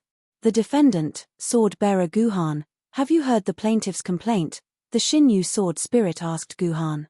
I heard it very clearly, Chairman. Guhan nodded and replied. Then, the plaintiff's lawyer will begin the questioning. The Shin-Yu sword spirit said faintly, Plaintiff's lawyer, you can question the defendant, sword-bearer Guhan, but you can't entice, cheat, or distort the truth. Do you understand? Yes, this one understands. The plaintiff's lawyer stood up with a serious face, and asked Guhan, First of all, I would like to ask the defendant, do you admit to killing the plaintiff's father? I'm not sure. Guhan's face was indifferent. If you killed him, then you killed him. If you didn't kill him, then you didn't kill him. What are you not sure about? You are clearly quibbling, the plaintiff's lawyer said righteously. You asked me if I killed the plaintiff's father. This is the first time I've seen this plaintiff. How would I know who his father is? Of course, I'm not sure. Guhan's answer was impeccable, and the plaintiff's lawyer gulped. Okay then, I'll show you a photo. The plaintiff's lawyer projected a photo from his personal terminal. His name is Cai Zhongwen, the father of the plaintiff, Cai Kong Kong. Have you seen this person and killed him? Guhan glanced at the photo, nodded, and admitted, if it's the person in the photo, I did kill him. Guhan's answer caused an uproar in the courtroom. They did not expect Guhan to admit it so easily. The plaintiff's lawyer was also proud, feeling as if he had made a great contribution.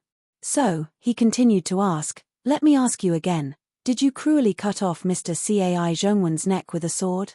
I did see his neck, but it wasn't cruel. Guhan said expressionlessly, "My sword was very fast, and he died without feeling any pain." HMPH, nonsense. Is it not cruel if there was no pain? How can there be such a saying in this world? Then may I ask this lawyer, what kind of death is considered not cruel? Ji Yuhan asked back. This. The lawyer thought for a moment and answered as flawlessly as possible, for example, dying of old age, illness, and so on. To die of old age or illness, one needs to endure great pain, tossing and turning in bed for 10 to 20 days before dying. Maybe 1 or 2 years of pain before dying. Is that not cruel? Nonsense. Birth, aging, illness, and death are the laws of nature. How can it be cruel? And if there is great pain, we can also perform euthanasia.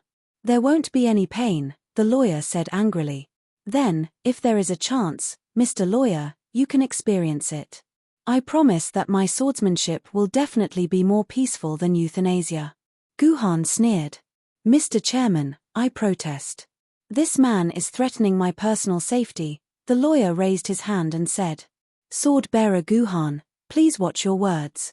Don't make threatening remarks, and answer the plaintiff's lawyer's questions seriously. Thank you. Sinew Sword Spirit said. Yes, I got it. Guhan nodded and said to the plaintiff's lawyer, by the way, what question did you ask me just now? Let me ask you. Let me ask you. The plaintiff's lawyer asked for a long time, but he couldn't say the next sentence. Obviously, after being interrupted by Guhan, the plaintiff's lawyer's thoughts were all messed up. This was only the beginning of the trial. Chapter 671.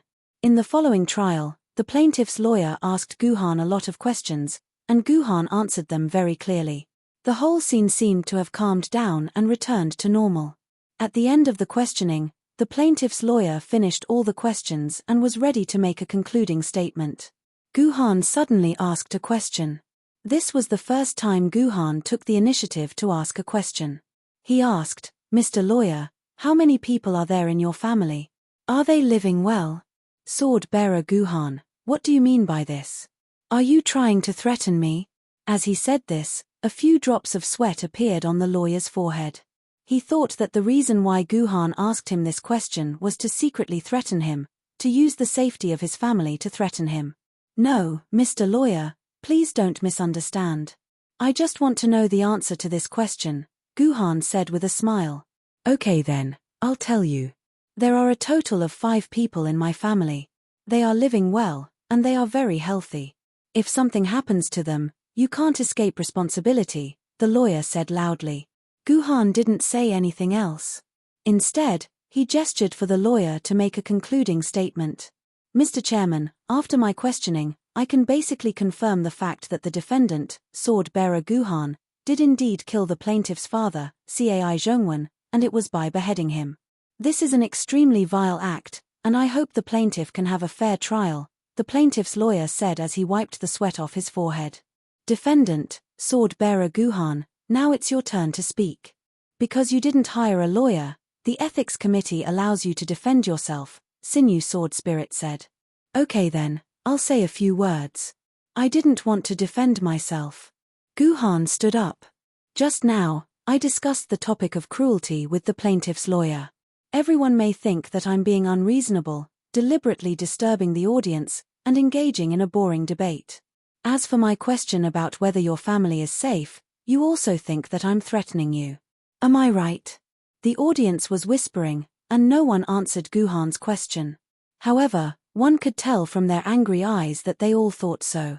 I'm asking this question because I want to tell this lawyer that if it wasn't for me, Guhan's sword, his family might already be gone.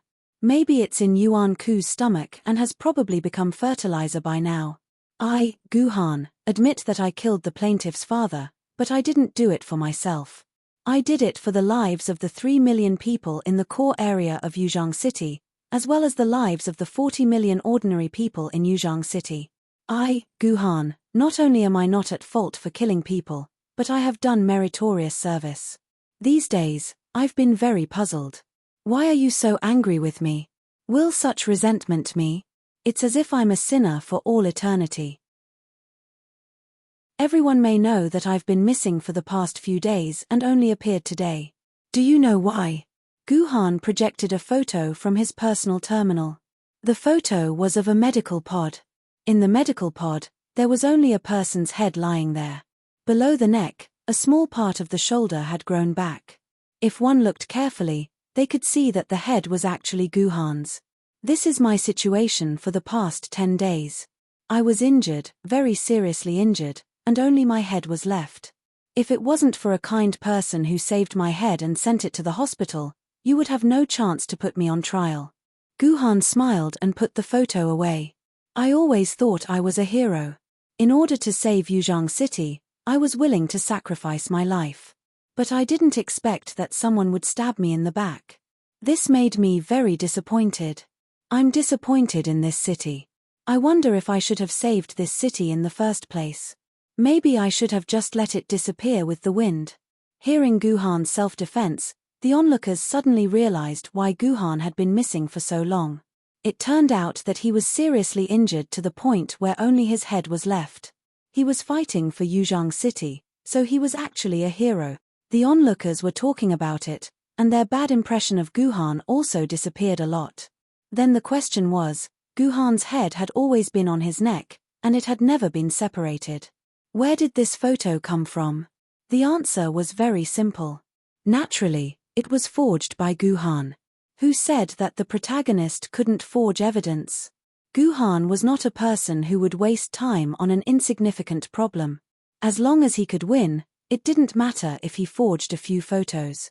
Nonsense. Seeing this, the plaintiff's lawyer stood up, walked to the front of the judge, and pleaded to the nebula sword spirit, "Mr. Chairman, I have a few questions for Mr. Guhan. Please allow me." "Sure, ask away." The nebula sword spirit nodded.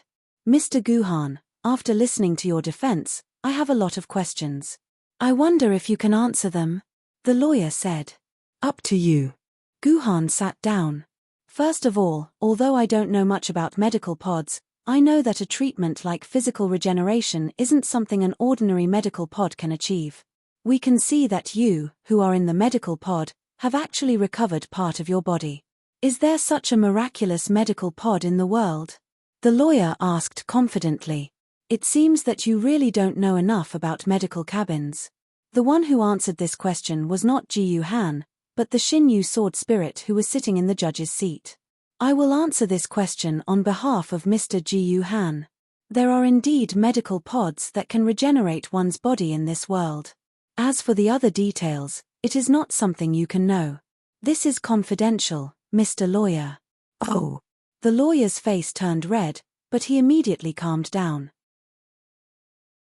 He took a deep breath and asked questions like a machine gun.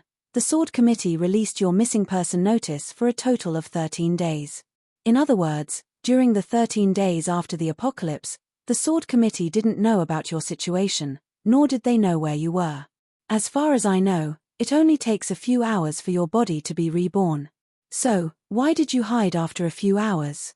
Why did you not let the Sword Committee know about you? It's simple, because the rebirth of the body didn't start immediately after the purge. It only started on the 13th day, which is when I returned to the Sword Committee," Ji Han replied. "That's even stranger. The rebirth of the body must begin within 3 minutes of the separation of the head. I'm afraid that half of your head would have rotted away in these 13 days. The lawyer's words caused the audience to burst into laughter. My head was frozen. As long as I can freeze my head in an instant, I can buy about half a year. That's even more ridiculous. Where would you find a place to freeze your head in an instant on the battlefield? Even an ordinary medical cabin has the ability to freeze one's head in an instant. Didn't you say that you knew a lot about medical cabins? If you were placed in a medical cabin, then who did it? Why didn't he report your situation to the Sword Committee? It's my sword maidens. They turned back into their sword forms after my head was frozen. Naturally, they wouldn't report anything to the Sword Committee. PH, since your medical cabin can perform physical regeneration, why didn't you do it immediately? Instead, you delayed it until 13 days later. Is your medical cabin broken? A broken medical cabin can't freeze your head. You really don't understand medical cabins. Medical resources are needed to perform physical regeneration in medical cabins. At the beginning of the invasion, my medical pod was used to treat a few seriously injured people, and the medical resources in the medical pod were all used up. Only some freezing fluid was left, so naturally, I had to freeze it first. I don't believe that no one found your medical cabin in 13 days. Could it be that the people searching for you are all blind? I don't know about that. I was frozen for 13 days. When I opened my eyes, it was already the 14th day. But the person who found me said that I was found in a mountain cave outside Yuzhong City. What a joke. The whole battle happened in the core area. How did you get out of the city? I was the one who sent him out. At this time, a majestic voice rang out. The person with the highest authority in Yuzhong City, the chairman of the sword committee, Liu Lei, walked into the trial hall and answered loudly, it was an emergency. Guhan fought dozens of dragon-level Yuan Ku. I couldn't save him in time and caused him to lose his head. In order to prevent her medical pod from being damaged by the aftermath of the battle, and because I didn't know if I could hold on and defeat the invading Yuan Yang, I used the Void Gate to teleport her to a place that I don't know. Are you satisfied with my explanation? Yes. The plaintiff's lawyer didn't dare to say anything else. He could only bow respectfully to Liu Lei and end the series of questions. As for the authenticity of the photo, the lawyer didn't care from beginning to end. He took it for granted that the photo Guhan took out was real and that Guhan had performed physical regeneration. In fact, all he had to do was ask Guhan for the photo and take it to an appraisal agency to find out that it was photoshopped. Unfortunately, he didn't expect that Guhan would dare to fabricate evidence. Lu Yin, you should get up. Lu Shihua patted Lu Yin's head. I'm not getting up. Let me sleep a little longer. Lu Yin hid his head under the quilt. It was a soft and comfortable goosefeather quilt. Lu Yin couldn't bear to let go of such a wonderful feeling. Isn't today the day of the trial for that Guhan you're concerned about? Aren't you going to watch TV? Lu Shihua asked curiously.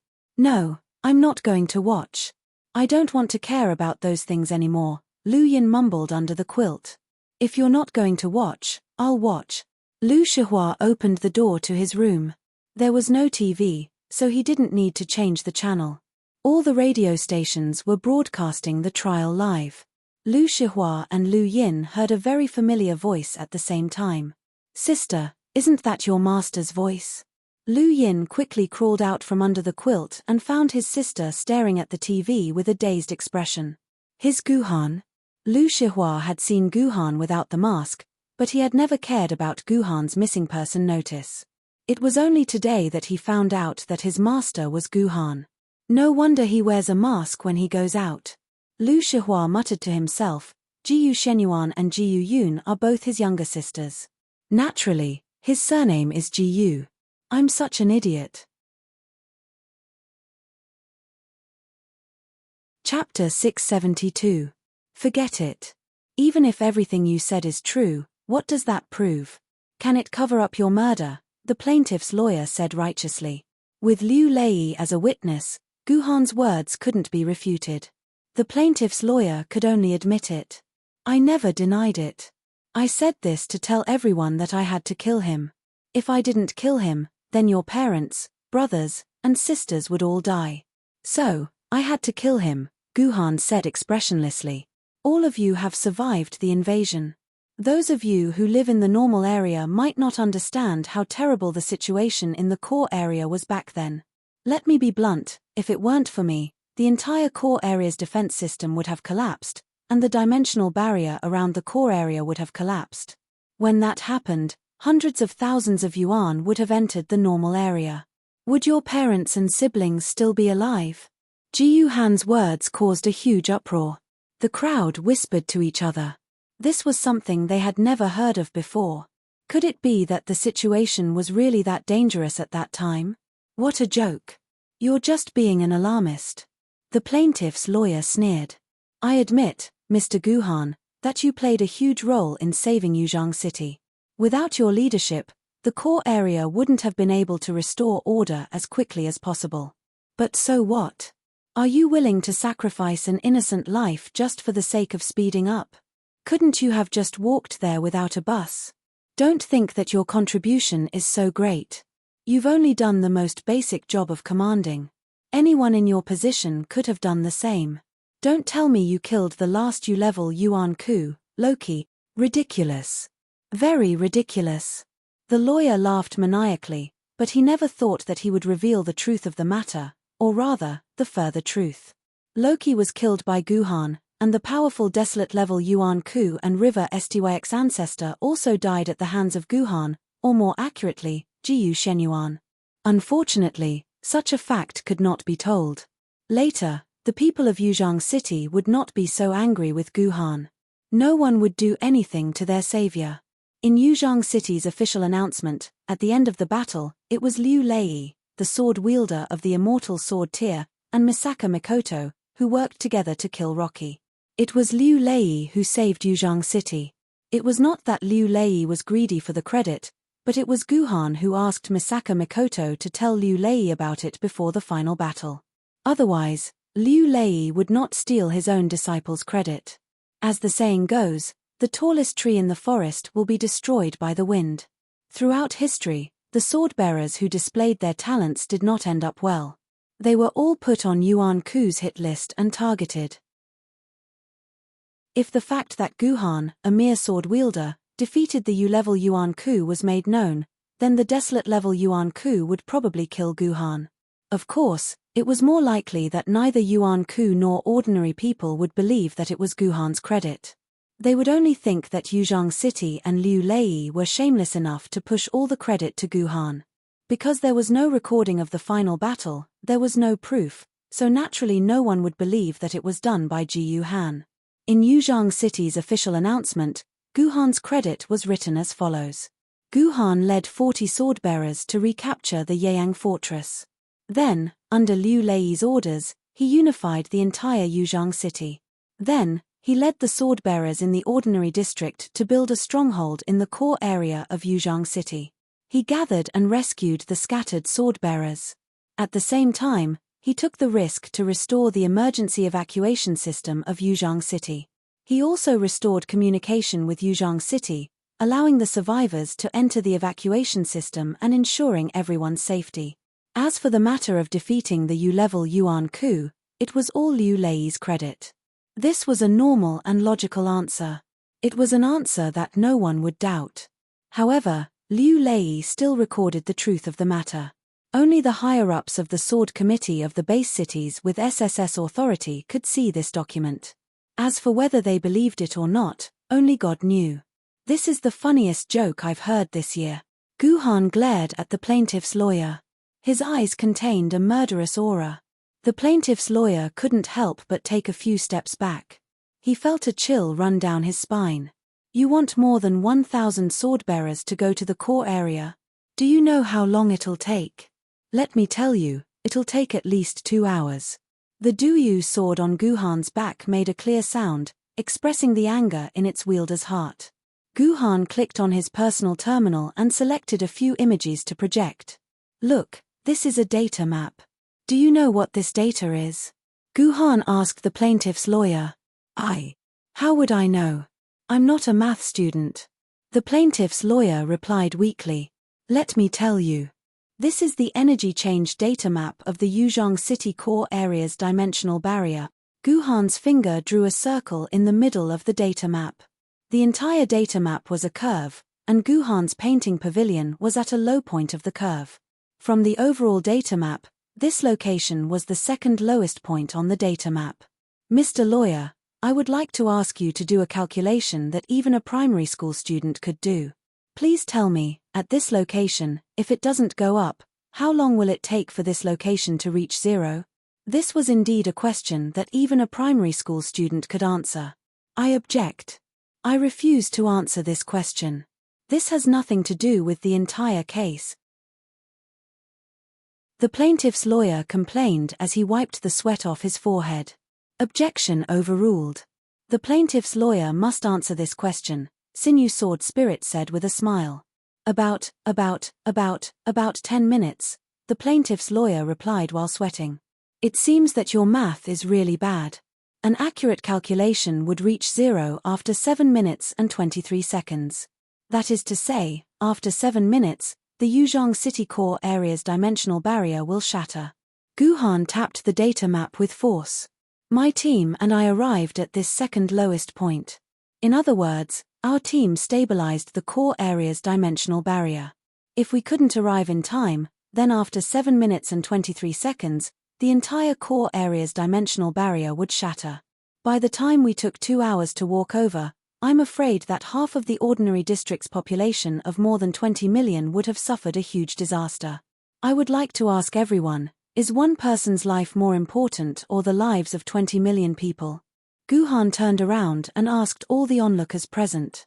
The onlookers did not speak. The answer to this question was obvious, but at the same time, it was also a paradox in ethics.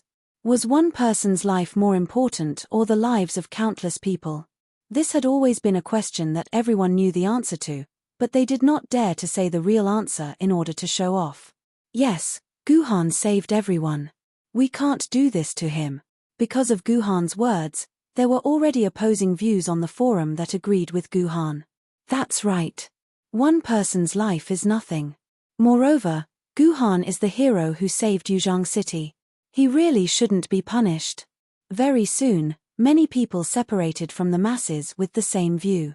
However, there were not many of them, only about 30%.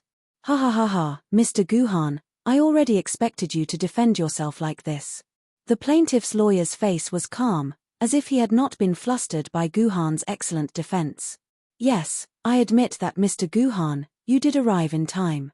Without your timely arrival, the core area's dimensional barrier might have collapsed, but can this be a reason for you to kill someone? The plaintiff's lawyer punched the iron cage next to him to express the anger in his heart. Your mouth is very powerful, and you are very good at defending yourself. But since your mouth can argue like this, why didn't you try to persuade Mr. Cai Zhongwen? Why did you have to use the most extreme method of killing someone? The lawyer quickly walked to the plaintiff's stand and pulled up Cai Kong, who was silently crying on the plaintiff's stand. He pointed to the word injustice behind Cai Kong's back and said with incomparable sadness, Mr. Cai Kong just celebrated his 24th birthday. Just 10 days ago, he received his first salary in his life. He was going to use this salary to buy a warm shirt for his father to repay him for the hard work and care he had done for him for the past 24 years. But now he doesn't have this chance. A child wants to be raised, but his parents are gone. Is there anything more tragic in life than this? How he wishes to see his father again, kneel in front of his father, and call him daddy. Mr. Guhan, can you understand this kind of pain? To you, that dead Mr. Cai Zhongwen is just an old man. In your eyes, he might just be a waste of food. You look down on him. You think there's a little problem, and it's like killing a dog, right? The plaintiff's lawyer said passionately, this is you. You may have made great contributions, but your heart is bad. Your heart is dead. You are worse than a pig or a dog. The plaintiff's lawyer's words were like a bomb. He instantly detonated the bomb of anger in the hearts of the onlookers present and the people in front of the television. The whole base society was in such a state of oppression. The sword-bearers were high above the ordinary people. All the ordinary people were looked down upon by the sword-bearers, and their own anger was directed at the sword-bearers. When one person said what was in their heart, the bomb in their heart exploded. Their eyes shone with fire. In an instant, the original 30% or so of people who supported Guhan on the forum were reduced to less than 10%. This plaintiff's lawyer successfully used his own passionate speech to reverse the situation. Chapter 673. Guhan was shocked by the lawyer. Although he had guessed that the other party should have been prepared for this, he did not expect that the other party would find a lawyer who could read aloud. Therefore, he did not expect that the lawyer's words would be so provocative. Fortunately, all of this was still under Guhan's control. He had also prepared for a long time. Mr. Guhan, please don't remain silent. Please answer my question just now. Why can't you use your beautiful mouth to persuade Mr. Cai Zhongwen? Why did you kill him, And why did you use such an extremely cruel method like beheading him? Did you not treat Mr. Cai Zhongwen as a living person in your heart? Did you treat him as a living person? I couldn't persuade him. Gu Han said calmly, he is a very stubborn person. I don't know how long it would take me to persuade him. Moreover, there are many people standing behind him. I need to persuade not one person, but hundreds of people. I only have 7 minutes. Or rather, I didn't know how much time I had at that time. I could only end this matter as quickly as possible. Then you can knock him out. The lawyer added, isn't knocking a person out a little easier than beheading him? For you, knocking a person out may be a little easier, but for me, knocking a person out is very difficult. Gu Han stared at the plaintiff's lawyer's head. You can try it yourself. You can find a random person for me to knock on the head and see if he can pass out. The lawyer smiled awkwardly. Where can I find someone? Let me try it for you. Liu Lei suddenly jumped out. I'm an old man's head for you to try. Let's see if you can knock me out. The lawyer laughed even more awkwardly. Chairman, don't tease me. I wouldn't dare to knock your head even if you beat me to death. Then how about I try it for you? This time, the voice came from the audience. It was none other than Long Xiaoya. This guy actually drew one of the 1,000 places and ran to the trial hall to watch Gu Han's trial. Then I'll try it. The lawyer saw that Long Xiaoya was a child who had yet to reach adulthood, and a sense of hope welled up in his heart. He felt that he should be able to knock a girl unconscious. Of course, the result was tragic. The lawyer swore to God that he used all his strength to knock on Long Xiaoya's head, but Long Xiaoya was still alive and kicking. She had no intention of fainting at all. Cough cough. I'm just an ordinary person. An ordinary person doesn't have enough strength to knock someone unconscious. You're a sword wielder. You're strong enough. Naturally, you can knock someone unconscious. The plaintiff's lawyer found a plausible reason for himself. I said, I can't knock him out. Gu Han shook his head and said, that's impossible. Everyone in the world knows that a sword wielder can have the physical qualities of a sword mistress. You're a sword wielder of the treasure sword tier, so you can have strength several times that of a normal person. How could you not knock him out with your full strength? The plaintiff's lawyer said. If I go all out, he won't just faint. His head will explode like a watermelon. Gu Han looked at his palm. I wasn't a sword wielder of the treasure sword tier at that time. I was already a sword wielder of the famed sword tier. I have 20 times the strength of a normal person. I had just synchronized my famed sword tier sword mistress, so I couldn't control my strength. If I hit him with my palm, he would also die, and it would be even crueler than beheading him. By the way, you're a lawyer. You should know that famous case from 30 years ago. Mr. Maori Korakuro, do you still remember it? Hearing Gu Han mention Maori Korakuro, the lawyer was instantly speechless. Maori Korakuro's case was a very famous case. Maori Korakuro was a sword wielder of the famed sword tier. He wanted to go out and have fun with his friends, but his wife wouldn't let him, so he wanted to knock his wife out. In the end, because he didn't control his strength well, he directly smashed his wife's head. There were more than a dozen similar cases, all of which were sword wielder who couldn't control their own strength and killed people. With these cases in front of him, the lawyer had nothing to say at all. He could only chuckle. No, my father isn't stubborn at all. He's the nicest person in the world. If you talk to him nicely, he'll definitely step aside. Seeing that his lawyer was defeated, Cai Kong stood up from the plaintiff's stand and said firmly, no, your father will never be convinced. I can guarantee that. Gu Han didn't even look at Cai Kong. Mr. Gu Han, don't be so arbitrary. The neighbors all say that Mr. Cai Zhongwen is a very kind and amiable person. I believe that as long as you talk to him nicely, he'll definitely step aside. Therefore, the whole debate revolved around whether Cai Zhongwen would be convinced or not. In such a way, it was destined that no one would be able to convince the other. It was like debating whether young Guifei weighed 100 kilograms or 200 kilograms. This was something that could not be argued about. However, as the debate progressed, the focus of the entire trial was focused on this. If Guhan could convince Cai Zhongwen, then Guhan's execution would be meaningless. It would be a crime. On the contrary, if Guhan couldn't convince Mr. Cai, then Guhan would have no choice but to save Yuzhang City. Naturally, he wouldn't have any further responsibility.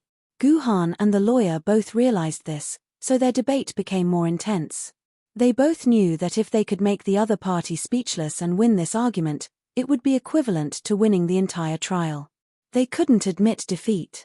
Both of them were eloquent people. After debating with each other for more than 10 minutes, the chairman, Sinew Sword Spirit, finally knocked on the trial table impatiently. Plaintiff and defendant, please end this debate as soon as possible. Wait. At this time, Liu Lei stood up again. I have an idea. Let's see if Mr. Cai Zhongwen can be convinced. The crowd was shocked. What idea did Liu Lei have that could actually make such an unsolvable debate come to an answer?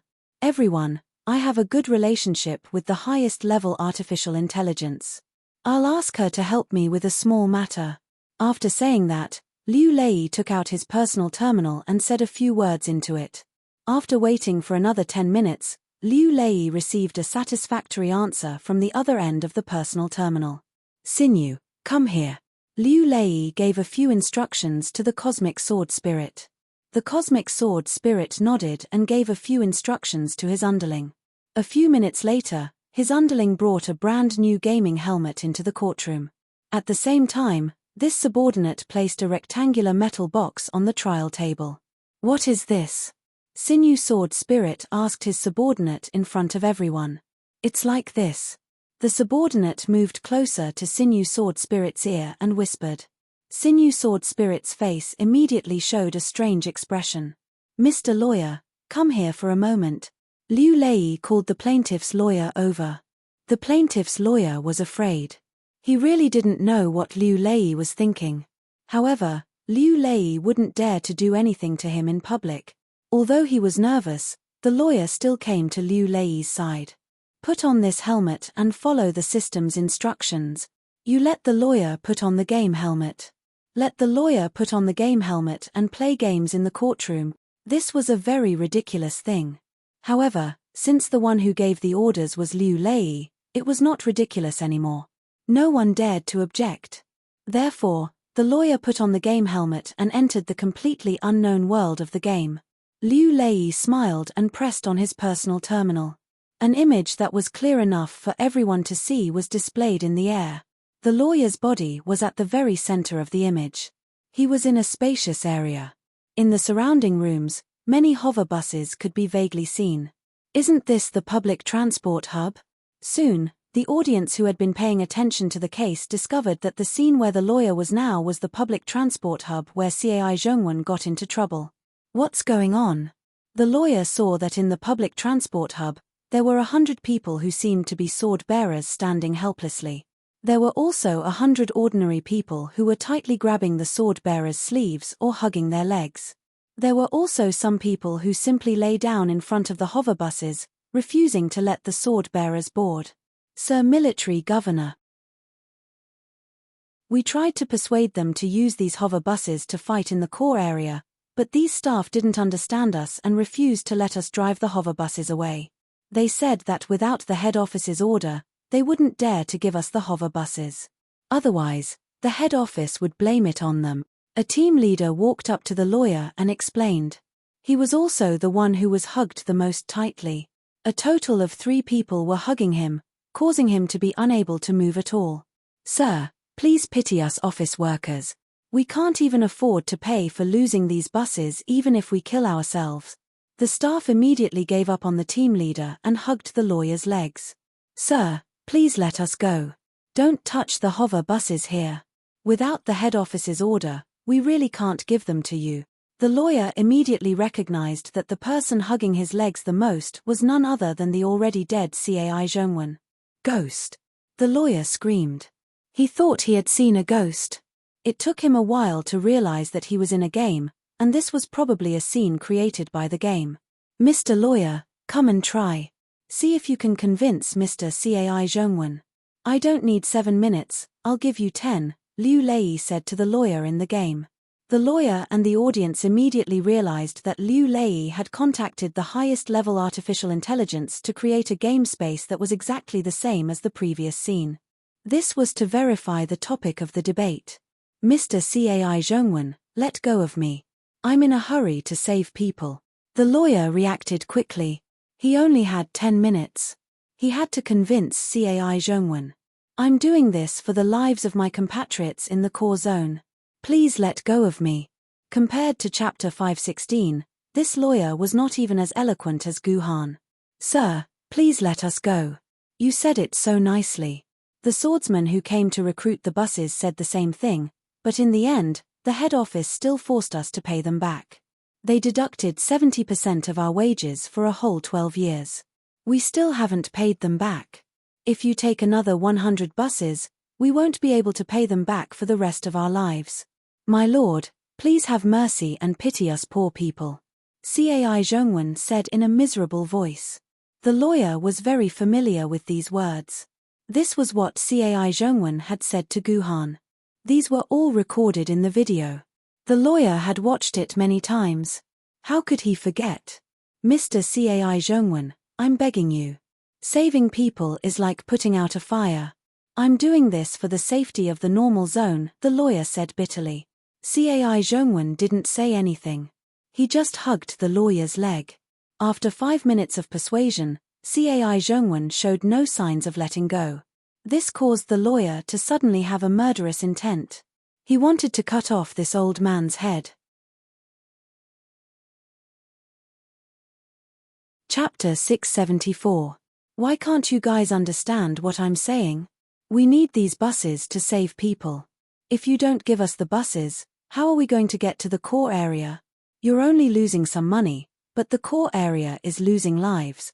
The lawyer, who had been persuading them, finally couldn't hold back the anger in his heart. At first, he was still smiling and persuading them, but now, he was reprimanding them fiercely. Other people's lives are none of our business. Without this money, our lives are meaningless. The old man was still stubbornly clinging to the lawyer's thigh, refusing to let go. Sir, saving people is like putting out a fire. Can I kneel down and beg you? Please do us a favor and give us the buses. The lawyer had already knelt down and hugged Cai Zhongwen's shoulder, lamenting, I beg you, we're waiting for your bus to save our lives. Without your bus, how are we going to get to the core area to save people with more than 1,000 swordsmen? Sir, I don't understand. Cai Zhongwen's eyes were a little playful. Sir, aren't you sword bearers? Can't you fly? You guys can fly there. Why are you taking our bus? Sir, you don't know, only sword bearers above the spiritual sword level can fly. We're all sword bearers below the famous sword level. If we don't take the bus, we can only walk. The lawyer explained patiently. I'm puzzled. So you have legs. Cai Zhongwen stood up aggressively and looked down at the lawyer with a face full of mockery. Can't you walk with your legs if there's no bus? Strange, why did this sentence sound so familiar? Hearing Cai Zhongwen's words, the lawyer was dumbfounded at first, but then he immediately reacted. Wasn't this what he had just said to Gu Han? The lawyer felt as if he had been slapped hard in the face. A sense of frustration and decadence welled up in his heart. He immediately wanted to quit the game, throw away the helmet on his head, and leave this embarrassing and sad place. Unfortunately, the lawyer couldn't do this. If he dared to do this, he wasn't sure what would happen to his family. The people behind him wouldn't let him go. The lawyer looked at the time. There were only 2 minutes left before the 10-minute deadline. The lawyer could only make one last attempt. Use your brain. Use your brain. The lawyer slapped his head hard. He spent 30 seconds reorganizing his thoughts and finally came up with a new excuse. He said to Cai Zhongwen with a sincere expression. Mr. Cai Zhongwen, I'll tell you the truth. According to our sword-wielding brothers near the core zone, the dimensional barrier in the core zone is in danger. I only have 1 minute left. We have to set off immediately. The dimensional barrier in the core zone will shatter soon. When that happens, Yuan Ku will rush into the normal zone, and we'll all be doomed. So be it. I don't care, I've lived enough. Cai Zhongwen was still indifferent. Grandpa, even if you've lived long enough, has your wife and son lived long enough? Your son is only 24 years old.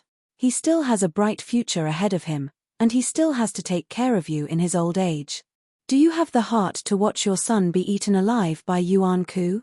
Please think about your son. They can't die. This was the lawyer's ultimate move.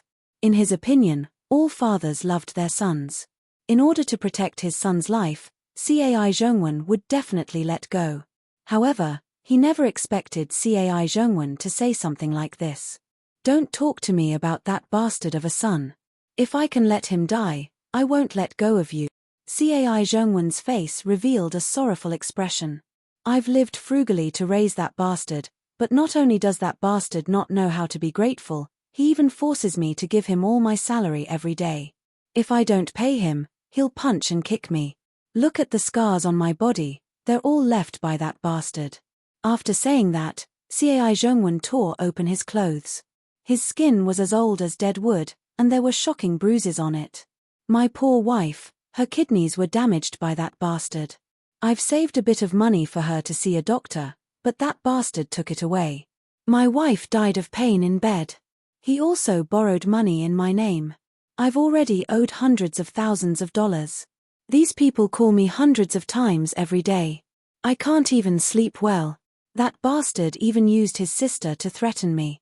He said that if I don't help him pay back his money, he'll sell his sister to a brothel. Sell her to the disciples of Mount Di as a slave. Sir, if you want me to let go of you, I can. As long as you help me kill that bastard, I'll repay you even if I have to work like a cow or a horse, Cai Zhongwen said with a tearful voice. After listening to Cai Zhongwen, the lawyer felt that every cell in his body was embarrassed. Just now, he had made such an impassioned statement, praising Cai Kongkong as a good son and a filial son. In the end, Cai Zhongwen had slapped him so hard that he couldn't even lift his head. The lawyer was not interested in arguing anymore. There was still half a minute left, but he took the initiative to quit the game. He took off his helmet and helplessly stared at Cai Kong on the plaintiff's stand. Wait, did I hear it wrong? Isn't this Cai Kong a good and filial son? A good child who doesn't fear the powerful for his father's life? How could he suddenly become such a scumbag? A member of the audience on the forum said angrily, "Is it possible that it's a fake story? I don't believe that a person could be such a scumbag. Is he still AF * King Human? Alright, you don't need to guess. Cai Kong is my neighbor. We all know what kind of person he is. But because Cai Zhongwen is a good old man, in order to get justice for him, we didn't say anything. I'm also Cai Zhongwen's neighbor. I can tell you with certainty that Cai Kong can only be a scumbag, not a scumbag." Listening to Cai Kong's crying is like listening to a crosstalk. He also laughs at you idiots who still say good things about him. Ha ha ha ha, I'm dying of laughter.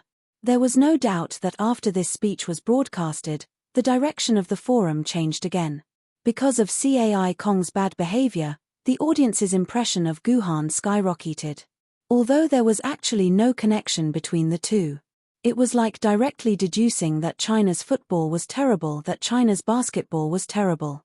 There was originally no connection at all, but because of the relationship between father and son, they were connected.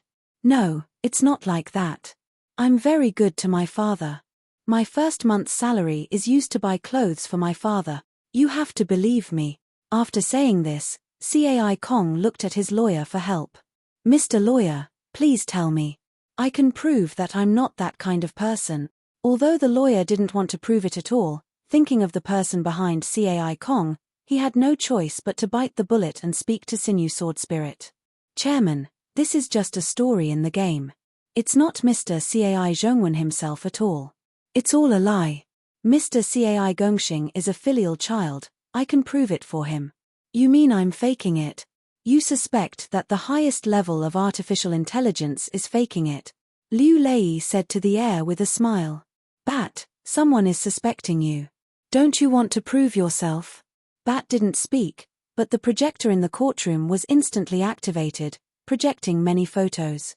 Without exception, These photos were all photos of Cai Kong punching and kicking his father. Finally, there was a video. The video showed the scene of Cai Kong forcibly snatching a stack of cash from his mother's hands, who was lying on the bed. Seeing this evidence, Cai Kong was unable to refute it. He fell on the plaintiff's stand as if all his bones had been pulled out. Real tears finally rolled down his cheeks. As the saying goes, one doesn't shed tears until one sees the coffin. Thanks to Cai Kong's performance, Guhan's support rate on the forum jumped from less than 10% to 40%. With a little more effort, Guhan's public opinion could achieve a reversal. Alright, we'll deal with this B** later. Since this lawyer can't convince Mr. Cai Zhongwen to get up, let's try someone else. Anyone in the audience who wants to give it a try is free to do so. As long as anyone can convince Mr. Cai Zhongwen to let the bus leave the bus hub within 10 minutes, we can convict Guhan. If no one can do it, then Guhan will be acquitted. Liu Lei then looked at Sinew Sword Spirit. Chairman, what do you think? Do you think it's okay? Chairman, what you said makes sense. I think we'll do that. Sinew Sword Spirit nodded, completely agreeing with Liu Lei's suggestion. Therefore, the trial mysteriously became a game to see who could convince Cai Zhongwen to get up. A few old men sitting in the first row of the audience frowned. One of them suddenly gathered a sword aura at his fingertip and pointed it at the lawyer's back. The lawyer felt a pain in his back and knew that the person behind him had made a move. They didn't want the trial to end up like this. They had to stop this ridiculous game. I object. The lawyer said loudly.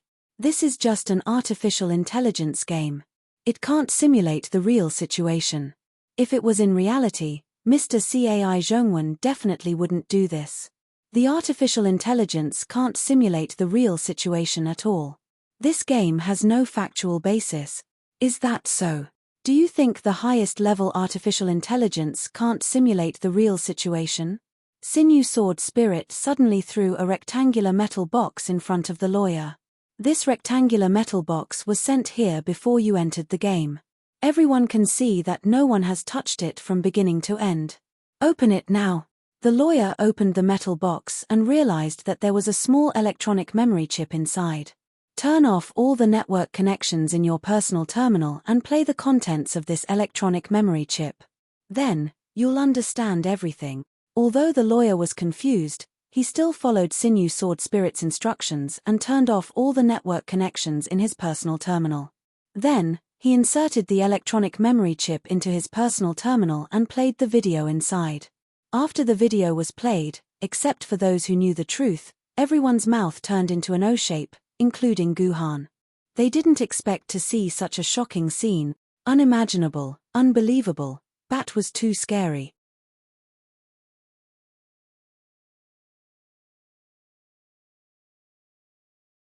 Chapter 675.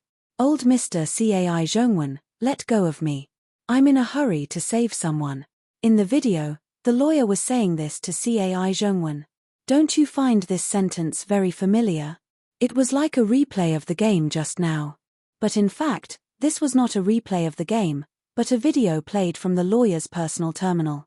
This metal box had been placed on the trial table before the lawyer entered the game. No one had touched it, and the lawyer's personal terminal had been cut off from the internet according to the instructions of the Sinew Sword Spirit. Naturally, no one could have changed this video recording through the internet. Therefore, this video recording had been recorded a long time ago. Also, if one were to look closely at the video, they would find that the lawyer who was speaking looked different from the real lawyer. The lawyer in the video had a lot of pockmarks on his face, and Cai Zhongwen's appearance was also slightly different.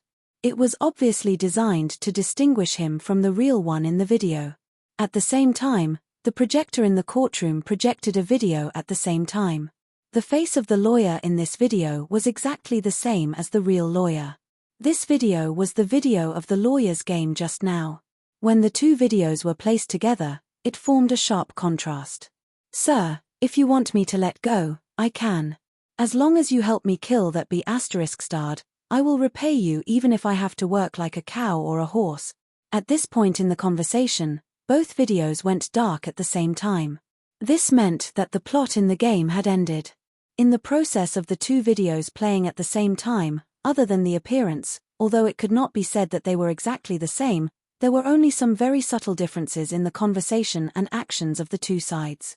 For example, a few wrong words or a few missing actions. Everything else was exactly the same, just like a pair of twins.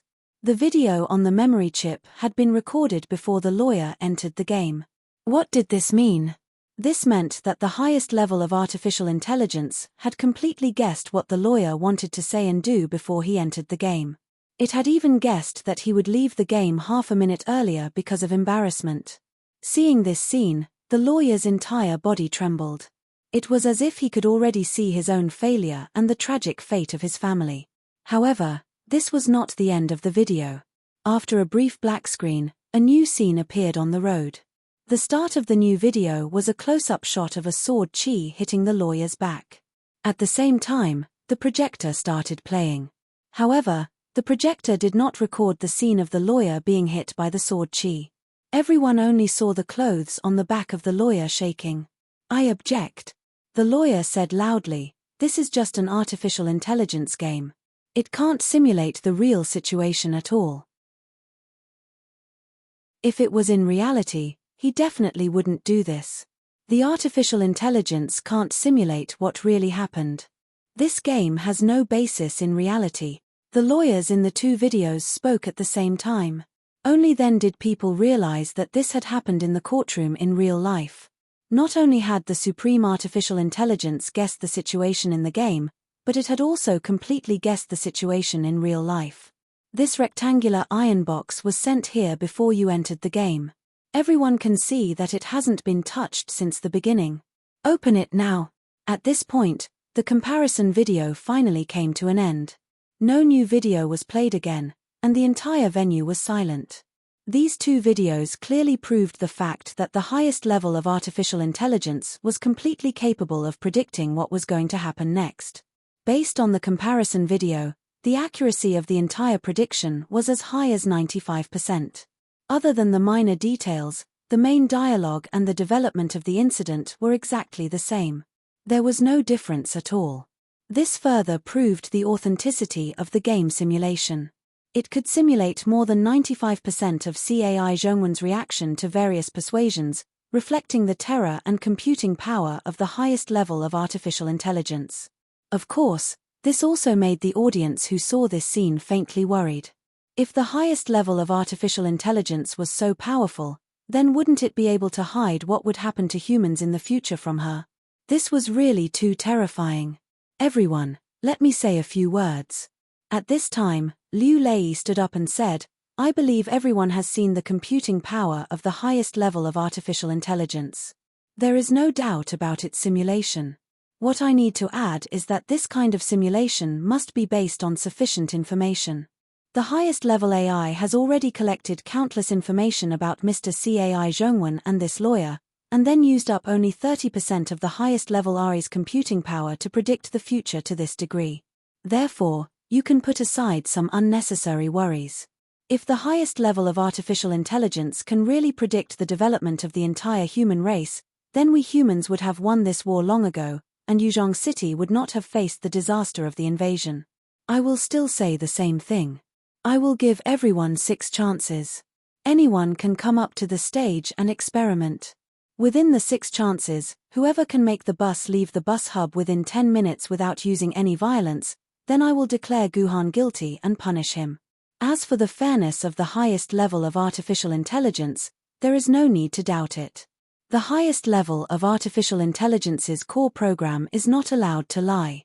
Once a lie is made, the highest level of artificial intelligence will immediately be formatted. It is absolutely fair and just. Liu Lei's words caused a warm applause, which meant that everyone had agreed with Liu Lei's proposal.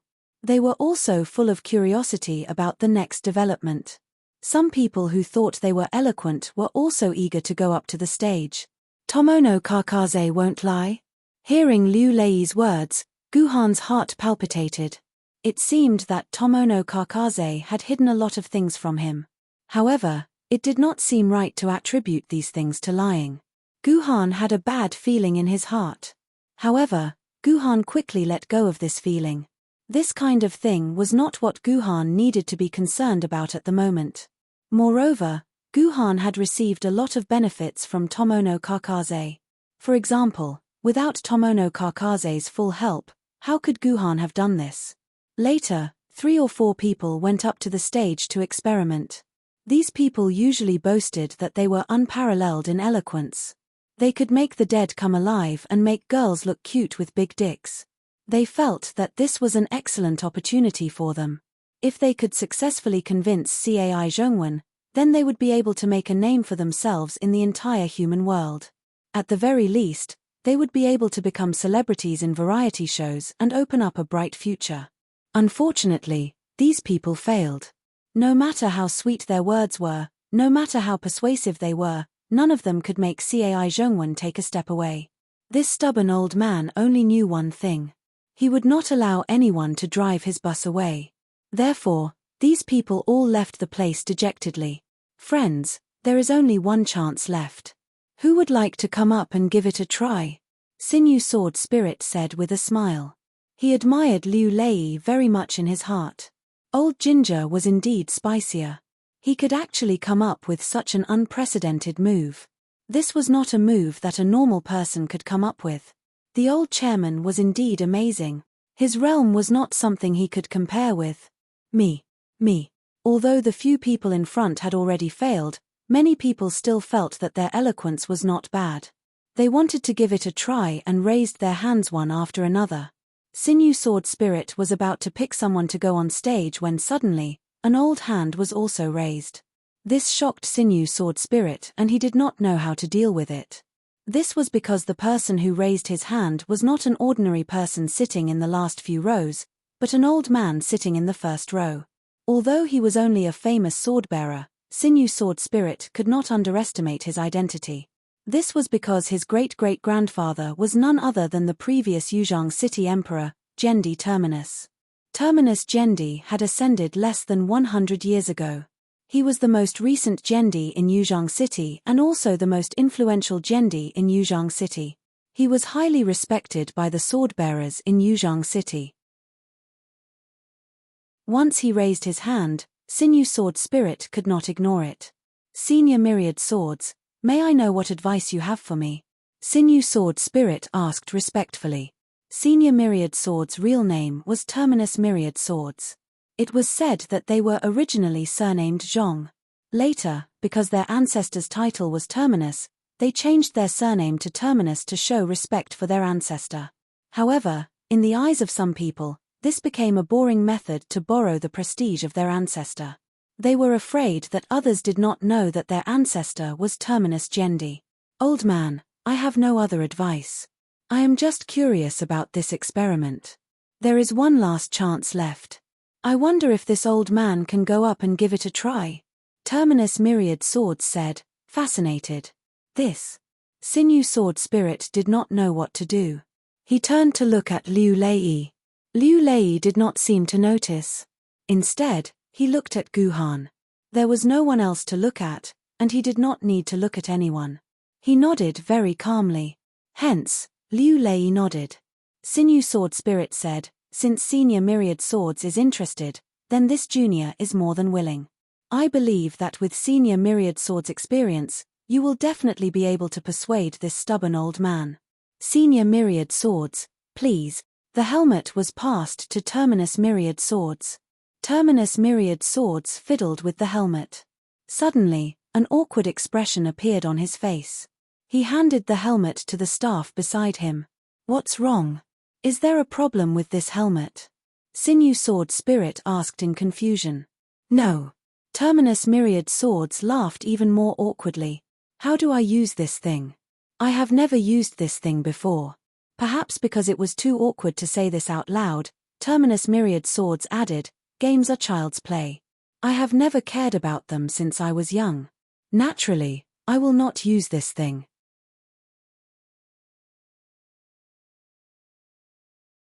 Chapter 676.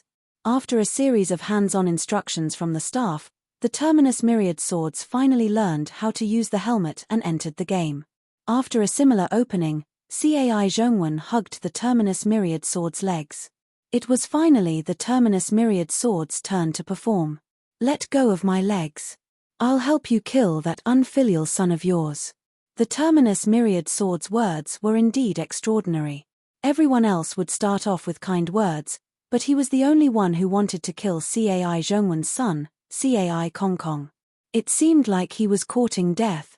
However, he didn't expect that Cai Zhongwen, who had been holding onto the ultimate swords tightly, would actually loosen his grip on the ultimate swords after hearing the ultimate sword's words. Sir, what's the meaning of this? Are you trying to threaten me with my family? Cai Zhongwen asked with a strange expression. I heard that your son is extremely unfilial. He killed his wife and wants to sell your daughter to a brothel. Is that right? The Terminus Myriad Sword said coldly. Sir, how did you find out? How could a big shot like you know about my family's affairs? Cai Zhongwen's expression was filled with fear. Cai Zhongwen didn't know how the Terminus Myriad Swords knew about his family's affairs, but the onlookers knew. Didn't you say it yourself? You don't need to know how I found out. Just tell me, do you want him to die? I promise you in the name of the Terminus family that as long as you let go now and let me save the core area, I'll make sure that unfilial son of yours will never disturb you again. In the end, Myriad Sword's temperament was as deep as the abyss. This was a temperament that only those who had been in power for a long time could possess. When ordinary people felt this kind of temperament, they couldn't help but want to worship in front of such people and believe in their words. This. Cai Zhongwen fell into deep thought. No one wanted to kill their own child, but the situation was different when their own child wanted to kill them. Weren't there many parents who sent their children to the electric shock divine beast before the apocalypse? If you don't let me live, then I won't let you live either. I'm sorry, I can't let go. Cai Zhongwen's forehead was dripping with sweat.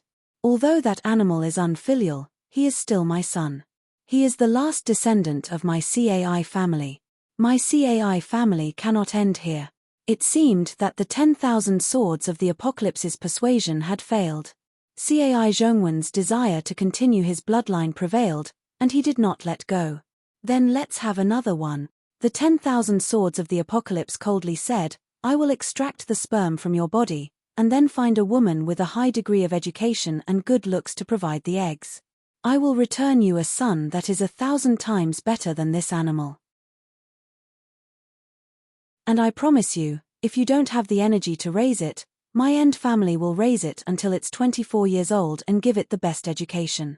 It might even become a sword-bearer in the future. Cai Zhongwen was completely shaken by the ultimate sword's promise. He raised his head, looked at the ultimate swords, and whispered, How do I know you're not a liar? Are you really a member of the ultimate family? The ultimate swords of the apocalypse did not answer him. Instead, he tapped his personal terminal on Cai Zhongwen's personal terminal. Then, a friend request appeared on Cai Zhongwen's personal terminal with the name 10,000 Swords of the Apocalypse written on it. In the entire Yuzhang city, apart from the ultimate family, no one dared to use the surname Apocalypse, so there was no doubt about the identity of the ultimate swords of the Apocalypse. I originally wanted to give you tens of millions, but now that the banking system has collapsed, I can't transfer money to you. How about this? I promise you in the name of the Destiny clan that the people from the public transport company won't dare to say a word of no to you. If they dare to fire you or make you pay compensation, I'll make them scram from their positions. I won't go back on my word. Cai Zhongwen lowered his head, thought for a moment, and asked in a low voice, Sir, can you leave me a written receipt? I don't have a pen and paper right now, the ultimate swords of the apocalypse said, his eyebrows twitching. Then just leave an electronic receipt and send me a message. Cai Zhongwen said quickly. An electronic receipt was not a troublesome matter. The ultimate swords of the apocalypse finished writing it in a few seconds and handed it to Cai Zhongwen. The receipt made Cai Zhongwen lose his stubbornness. He hurriedly let go of his hands and let the ultimate swords of the apocalypse's legs regain their freedom. The ultimate swords of the apocalypse only took 3 minutes to achieve what 6 people could not do. F***ck. Did he win just like that? A member of the audience on the forum said in surprise. Is this really persuasion? Is he trying to persuade people? A member of the audience said in dissatisfaction, this is clearly a threat and a bribe. What does this have to do with persuasion? Brother, you're wrong. Threats and temptations have always been one of the methods of persuasion. They all use their mouths to make the other party listen to their opinions. As long as the ultimate swords doesn't use violence, it's fine, another member of the audience said. This is cheating.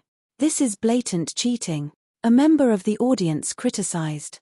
He's using his identity as a member of the ultimate family. If it weren't for his identity, Cai Zhongwen would not have believed what he said. If he didn't add Cai Zhongwen as a friend using the identity of the ultimate swords of the apocalypse, Cai Zhongwen would not have let go. This is cheating using his identity and power. The ultimate swords of the apocalypse can't be considered a success. That's right. I agree with the person above. Someone immediately followed up. This is an experiment to see if Guhan can persuade Cai Zhongwen. Guhan is just an ordinary sword wielder. Even if he added Cai Zhongwen as a friend, Cai Zhongwen would not know him and would not believe that he has any power to help him. It is impossible for Guhan to persuade the other party like Cai Zhongwen did. This cannot be used as evidence. The views of these two netizens hit the nail on the head. Although the ultimate swords of the apocalypse had successfully made Cai Zhongwen let go of his hand, it was completely achieved by using his identity. If the ultimate swords of the apocalypse was not called the ultimate swords of the apocalypse, but something like white sword or black sword, Cai Zhongwen would not have paid attention to it. Although some netizens spoke the truth, the discerning ones were in the minority. Most people still applauded and cheered for the ultimate swords of the apocalypse.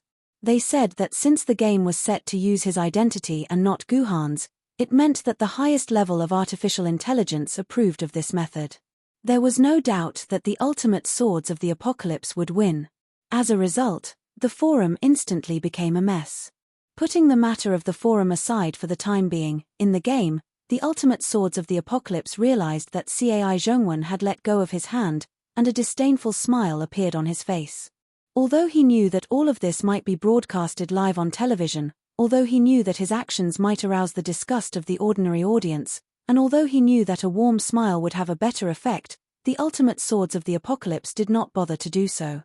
However, the Terminus Myriad swords disdained to do so. He could make others act as though they were of equal status, but he would never do so himself. He was the descendant of the Terminus Sword Emperor, so he disdained to do such a thing.